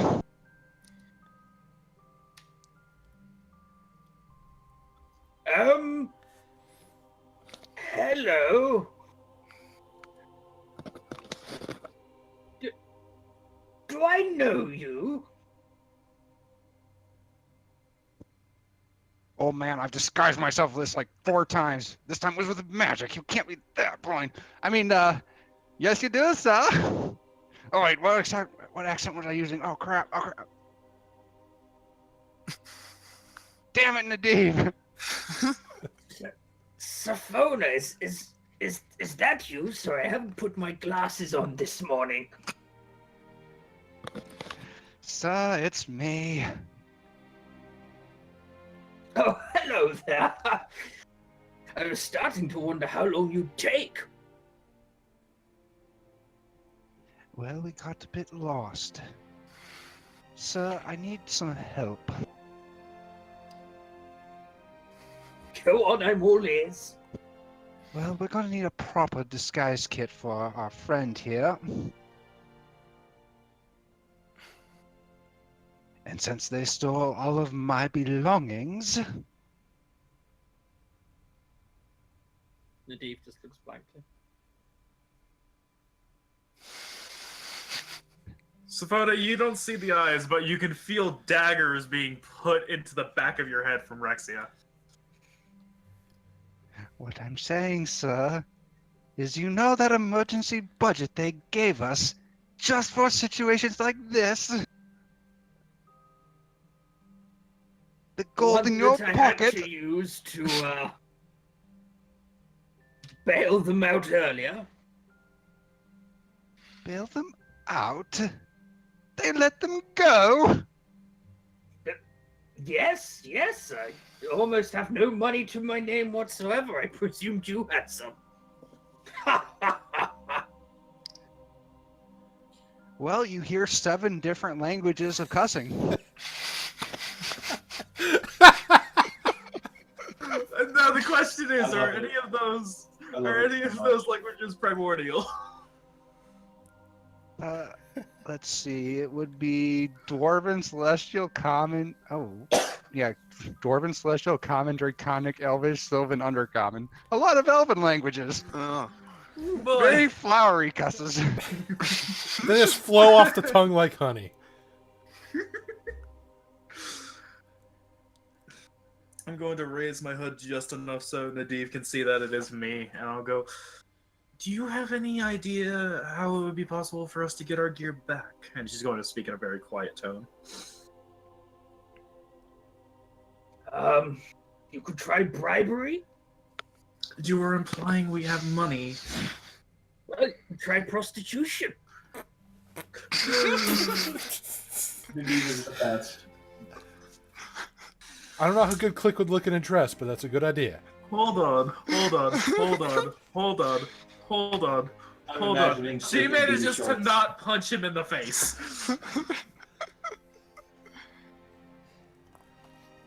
She manages to not just immediately punch him in the face. I don't think prostitution is something that's...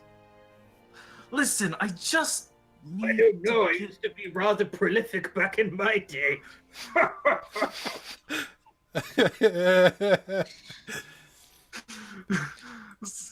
Listen, is there no way for you to maybe get me and Safona our gear back? Can't I see work what any you're of your... suggesting, Can't work any of your Republic magic and say that you'll take it for evidence or something? I think you feel that my jurisdiction is far bigger than it actually is.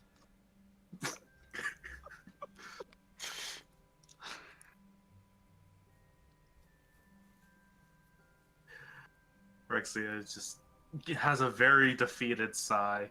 Do you at least know where it's being held? I presume it's exactly where they left it. I presume I do know where it's being held, right? As far as you would assume, it would be back at the constable. Is there really no way you could talk to them about giving us our gear back? Rexy, I do believe you overestimate our roles outside of the court. I guess I should just walk in and go, you know those two people who busted out earlier? Could I have their gear so I can apprehend them quicker? I believe that'd be a great idea, sir. You should do that. Right now! I'm not feeling too keen on it, unfortunately.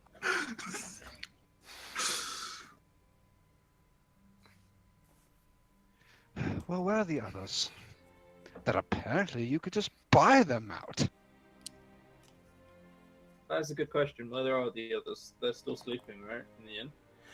No, this is where Garen was out gathering information, but the others are at the inn.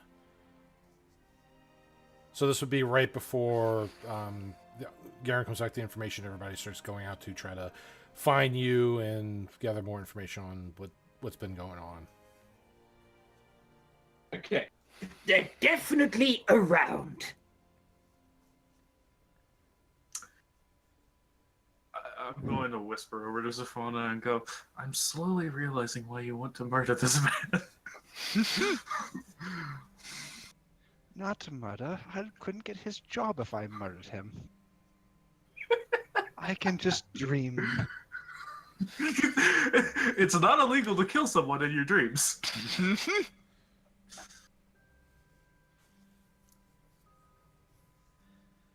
Well, the spell only has a short duration. Could you at least get us a room? How much money do I actually have on me? Good question. Let's see. Where's your inventory? What do you have? I'm not seeing anything other than the gold that you spent to bail him out. Nothing else is labeled on your sheet. Yeah, because I know I did have some gold and I thought I put it down, but apparently I didn't because there's just absolutely no gold whatsoever. Well, looks like bail was expensive. That was expensive, but so were those apple teenies. Mm-hmm. Oh, you don't even have enough gold to buy any more Appletinis. Have fun with that. Bye. I tell you what, you can use my room.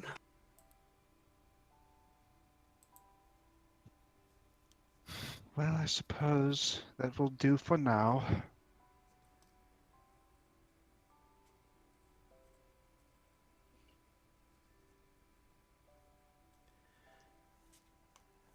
All right, so now that you've been reunited with Nadiv here, what do you and Nadiv do? Especially after Garen comes back with that additional information about the other victim. You having information, some information on the nobleman as well as the Enclave and Torbold, where he was headed and where his ultimate goal of where he's heading towards.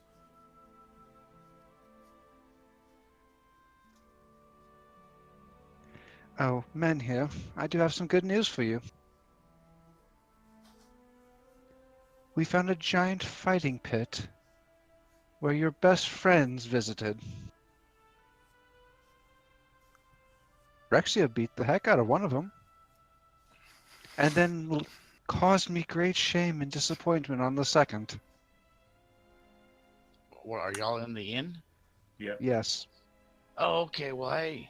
Well, if y'all wouldn't have broke out like dummies, Nadiv bailed us out the next morning. This morning, matter of fact. Well, if we hadn't broken out, he wouldn't have had enough gold to get all of us out. Some weird invisible thing tried to kill us in our cell too. That might have been bad for y'all. I don't know. Click was beat. Click was beat, Rexia was So beat. you're telling me that the Knoll and the Goliath from the Dirty Dog was at this pit place? Indeed. Apparently there's a criminal... I'm going to look around for people before I continue talking. Make a perception check.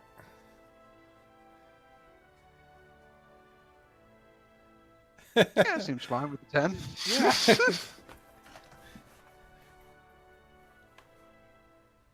Yeah, well, like I was thinking earlier, that code that the dude gave us must have meant something like, these guys aren't cool, go ahead and F them over. And so we were set up with the trap.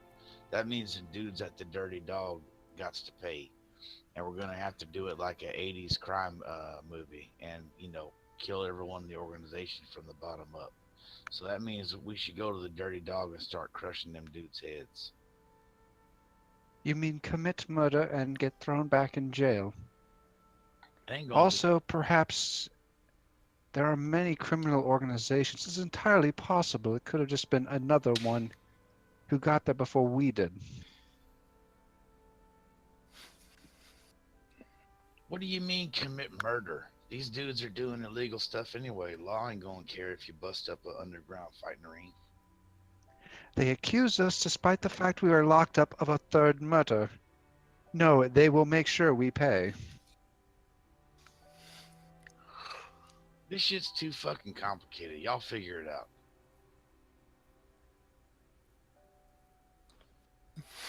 I hate this fucking place. Prices in the market are good, but everything else is too damn convoluted. Everybody's putting money in everybody else's pocket so they can do what the hell they want. That's what's going on in this place, I'm sure. And all the Yep. turds and scum are are able to get away with whatever they please. Plus, it's only murder if they catch you. That we're not going to get convicted of that because we didn't do it. Unless, of course, they pay the person. But see, the problem then becomes, why would they release us on bail if they're just going to completely flim-flam the system? It don't make no sense to me. This whole thing is confusing as shit. And there's like 3 different factions all working against each other. Hell, we might have got allowed to be released because one of the other people who's in power didn't like that the other people framed us for whatever reason. I don't even know. And it's too much. It makes my damn head hurt. All I know is when my head hurts, I want to make evil people's heads hurt more. And the end of it. Well, we did get an offer for a fighting ring outside of town back in Kaimal. We could just Well, I turn wanna our go. backs. So you're trying to tell me, after all the bull poop of coming here, and saying we got to find the suit and all that. Now that the stuff is hard, we're just going to turn tail and go to Kamal and go in a fighting ring. No, I just wanted to see what your reaction would be, honestly. Yeah, that wouldn't make no sense to me. There's too many evil people here who need to get killed first.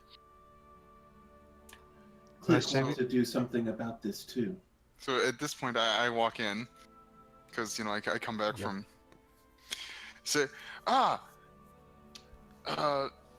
Here, I found something. Oh, I see we have 2 new companions with us.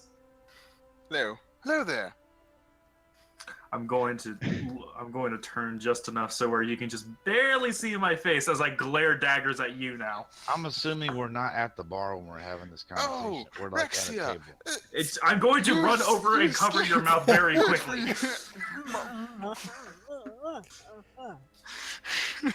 Damn, Unless you want a broken arm, shut your fucking mouth. A couple of patrons just kind of look over in that direction, Rexia seeing this is little the girl most just rush up. handsy- She's the most handsy, violent talking person I ever met in my life. Yup. Grabbing on everybody, cursing everybody out. It's annoying as all hell. I'm just putting that out there.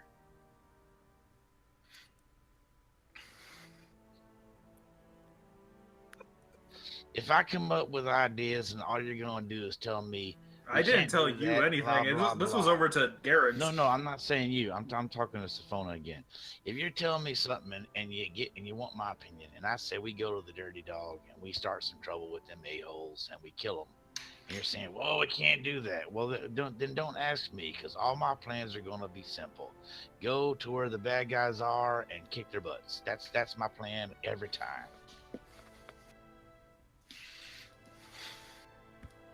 Well, do not let me stop you then, if that is what you wish to do. Yeah, I don't care about the convoluted stuff. I don't.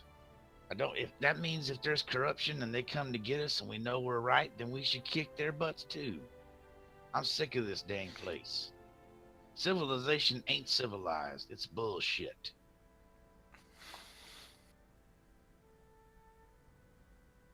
I'm glad you finally understand, Minhir.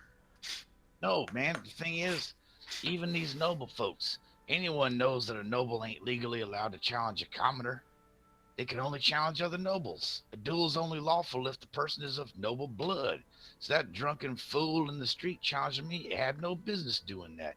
Most other nobles will consider him a buffoon and trying to challenge someone beneath his station. And I was born a simple man, and I know that to be true. Good Lord. This place is so backward and effed up it ain't even funny.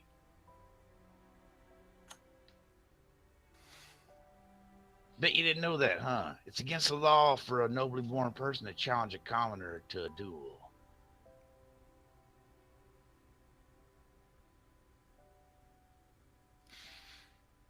Right, just Well, that looks at seems Minhir. rather backwards. Actually, it ain't backwards How else at all.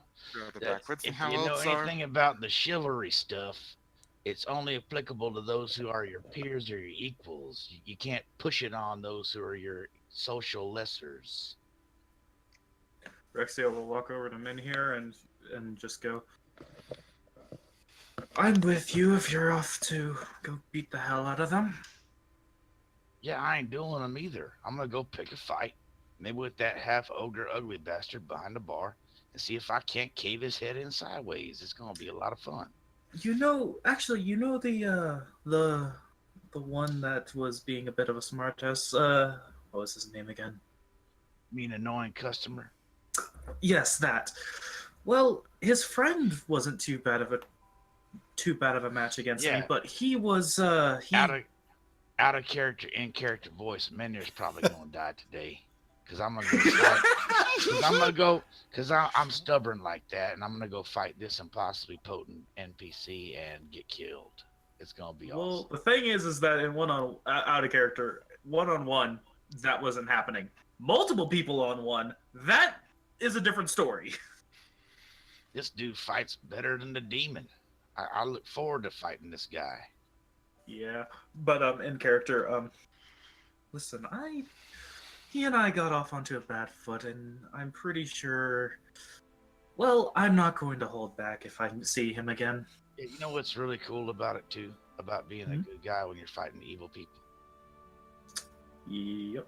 Go on. That when the evil people are getting beat and they ask for mercy, you're not evil if you don't give it. So when we beat him down and he holds his hand up like, please don't kill me, and then I crush his head into paste, I'm not evil for doing so.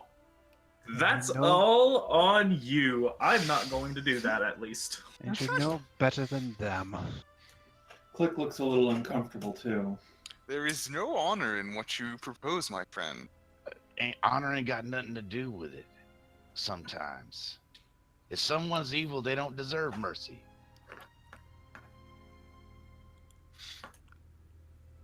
He looks at him perplexed. As if just saying that honor doesn't have anything to do with anything is just such a to him. Is your dude lawful good? No, but that doesn't. That's different. What's different about it? If they're bad people, so someone kills your kid, or breaks in your house, and then you fight them, and they say, "Hey, let me live." Are you gonna let them live? Just because they asked you to? Because honor demands you let the murderous infiltrator live? Hell no, you ain't. You're gonna crush their skull, Well, that's and nothing is gonna be disrespectful or negative about doing that, because they earned it with their behavior. That's the same thing. A duel, someone asks you to let them live and you kill them anyway. That's dishonorable. But someone who's evil and earns their death, you kill them. It's easier that way. If an orc ravager asks you for mercy, you gonna let him live? Same dang thing. If a demon asks you for mercy, you gonna let it live? Are you saying Hell no, random bartenders are demons? No, I'm gonna go ask the guy if that message got us, jammed up. And when he tries to fight me, I'm not gonna hold back. If he says, "Yeah, it did," I'm not gonna hold back. See, the thing is, when you know this trap is sprung, I'm pretty sure that guy's eyes are gonna go wide when I walk my ass back in there, because he never expected to see me again. And that's my belief. See, when he gave me that note and said, "Go here," I'm almost positive that was a trap from the beginning, and that they're not going to expect to see me ever again. And that's why a knowing customer's smart ass remark as I left meant even more when he said, "You come back now here." That's probably because he thought he'd never see me again either. I do have one odd question. Little click. Have you seen your friend lately?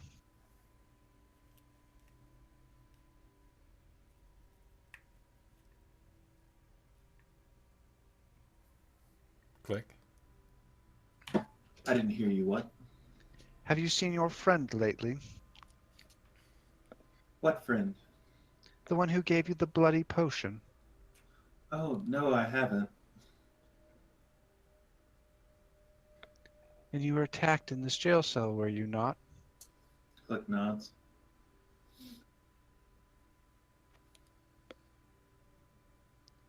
How did that fight go? Click was strangled. Minhir saved Click. Then Click cast magic and hurt attacker.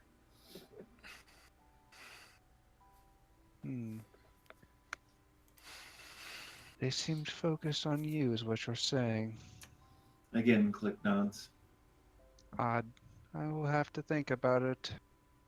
But perhaps you are right, Menhir. Perhaps this was a trap. I do not believe so, but perhaps you are right.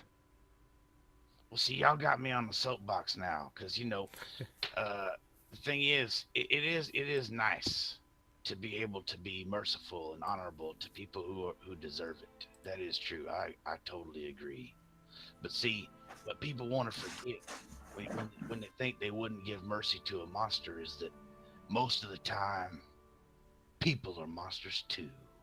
But the only thing is, it's just less certain. And you got to determine that before you take the correct action. But people are oftentimes more monstrous than any fiend, demon, dragon, or devil out there, because they do this convoluted bullshit all the time too. And they'll kill your kids in their cribs, rob you of all your belongings. Those people don't deserve no mercy, and nothing you say is going to make me feel bad about crushing them people's heads. Never in my life am I going to apologize for it. I'm not going to apologize for crushing the orc ravager's head. I'm not going to apologize for crushing a rapist's head. And I'm not going to apologize for crushing a knowing customer's head. and my soul will be pure when I go to the afterlife in doing so. Because unfortunately, my friends, some stuff deserves to be killed. And all shall be judged equally under the law, as the lawbearer decides. So if this is your course of action, I will allow it to go forward. Not that I could actually stop you, I mean, just look at me. Noodly arms. Well, no, I mean, hey, what's your plan? What do you want to do? That's what I'm saying. I'm like, if you don't like my answer, then don't ask me for a plan. The problem that we face right now is that we're out of options. Well, no, we're not. Here's what you want: some alternate plans. I got some ideas too. A, you should never have busted out of the damn jail. B, we could go and ask the authorities for help. Bring what we know. Find Fox, the guard we talked to. Get him to come with us. Turn yourselves in for busting out. Ask for mercy. Tell them what's going on, how corrupt all this stuff is. Say, hey, these dudes are doing dirty dog stuff all up under your nose. Are they paying you? Boom. And then guess what? Then when they say, yeah, they are, and we're incarcerated again, then I will have a clean conscience of not staying in the jail or fighting every damn guard in here because they're serving a corrupt system. That's a totally different scenario. My point is, sometimes you got to take risk, and no matter what course you take, it's a shitty one. Well, sometimes you just got to wade through the shit until you get to the other side. And if I spend my life here trying to make this place a better place, I'm fine with that. But I'm not going to allow these evil bastards to just do what they want and run rampant around here. It's not going to happen if I'm here. Why did you bring me here in the first damn place? And we're already on that, as we've been accused of a brutal, grisly murder that took place after we'd been arrested. Yeah, we didn't do that, though. Obviously. But yes, but you are accused of it. They don't need much. Here's the problem. They saw you cast magic. They might have just assumed that he died as a consequence of it, and they don't even know what magic you actually cast on him. That it was some kind of holy spell. I don't even know that stuff. I have no knowledge about that things. But, so what do you suggest? See, that's my point. That means that the corruption probably goes all the way to the top. So what's the big deal about worrying about the consequences of going and knocking some heads if we're damned if we do, and we're damned if we don't? So what is the course of action? We're just going to sit on our hands, hide it somewhere, and not do nothing? We might as well just leave. We need to start at the bottom and work up. That's what I'm saying. We go to the dirty dog. I ask the guys what's going on. They're going to give me attitude, not going to want to answer.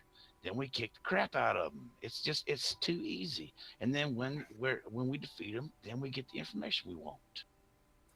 I'm going to walk up to you, Minir, and I'm going to just say, no matter what plan of action, if it involves you going over there and beating the hell out of some guys, you can count me in.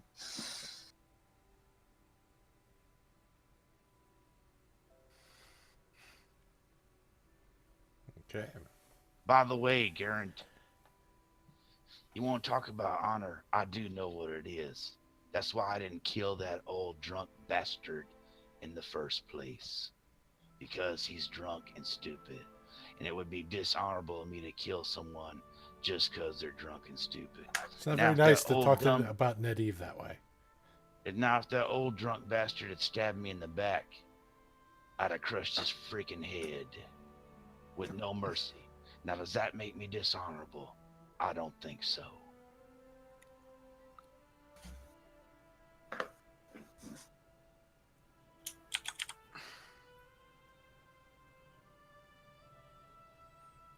People earn death in this world by their actions.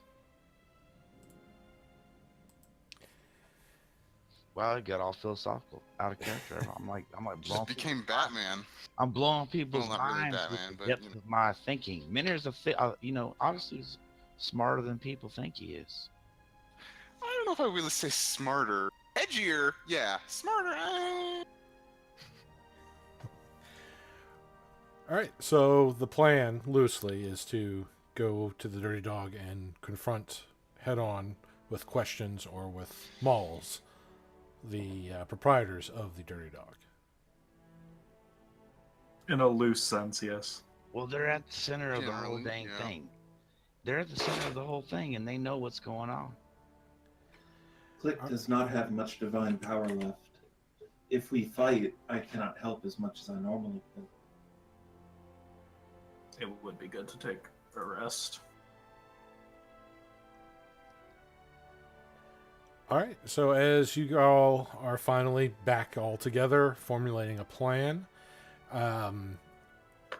that is where we're going to end it for today's session. I have been your Dungeon Master. I hope you all had a good time, and until next time, happy gaming.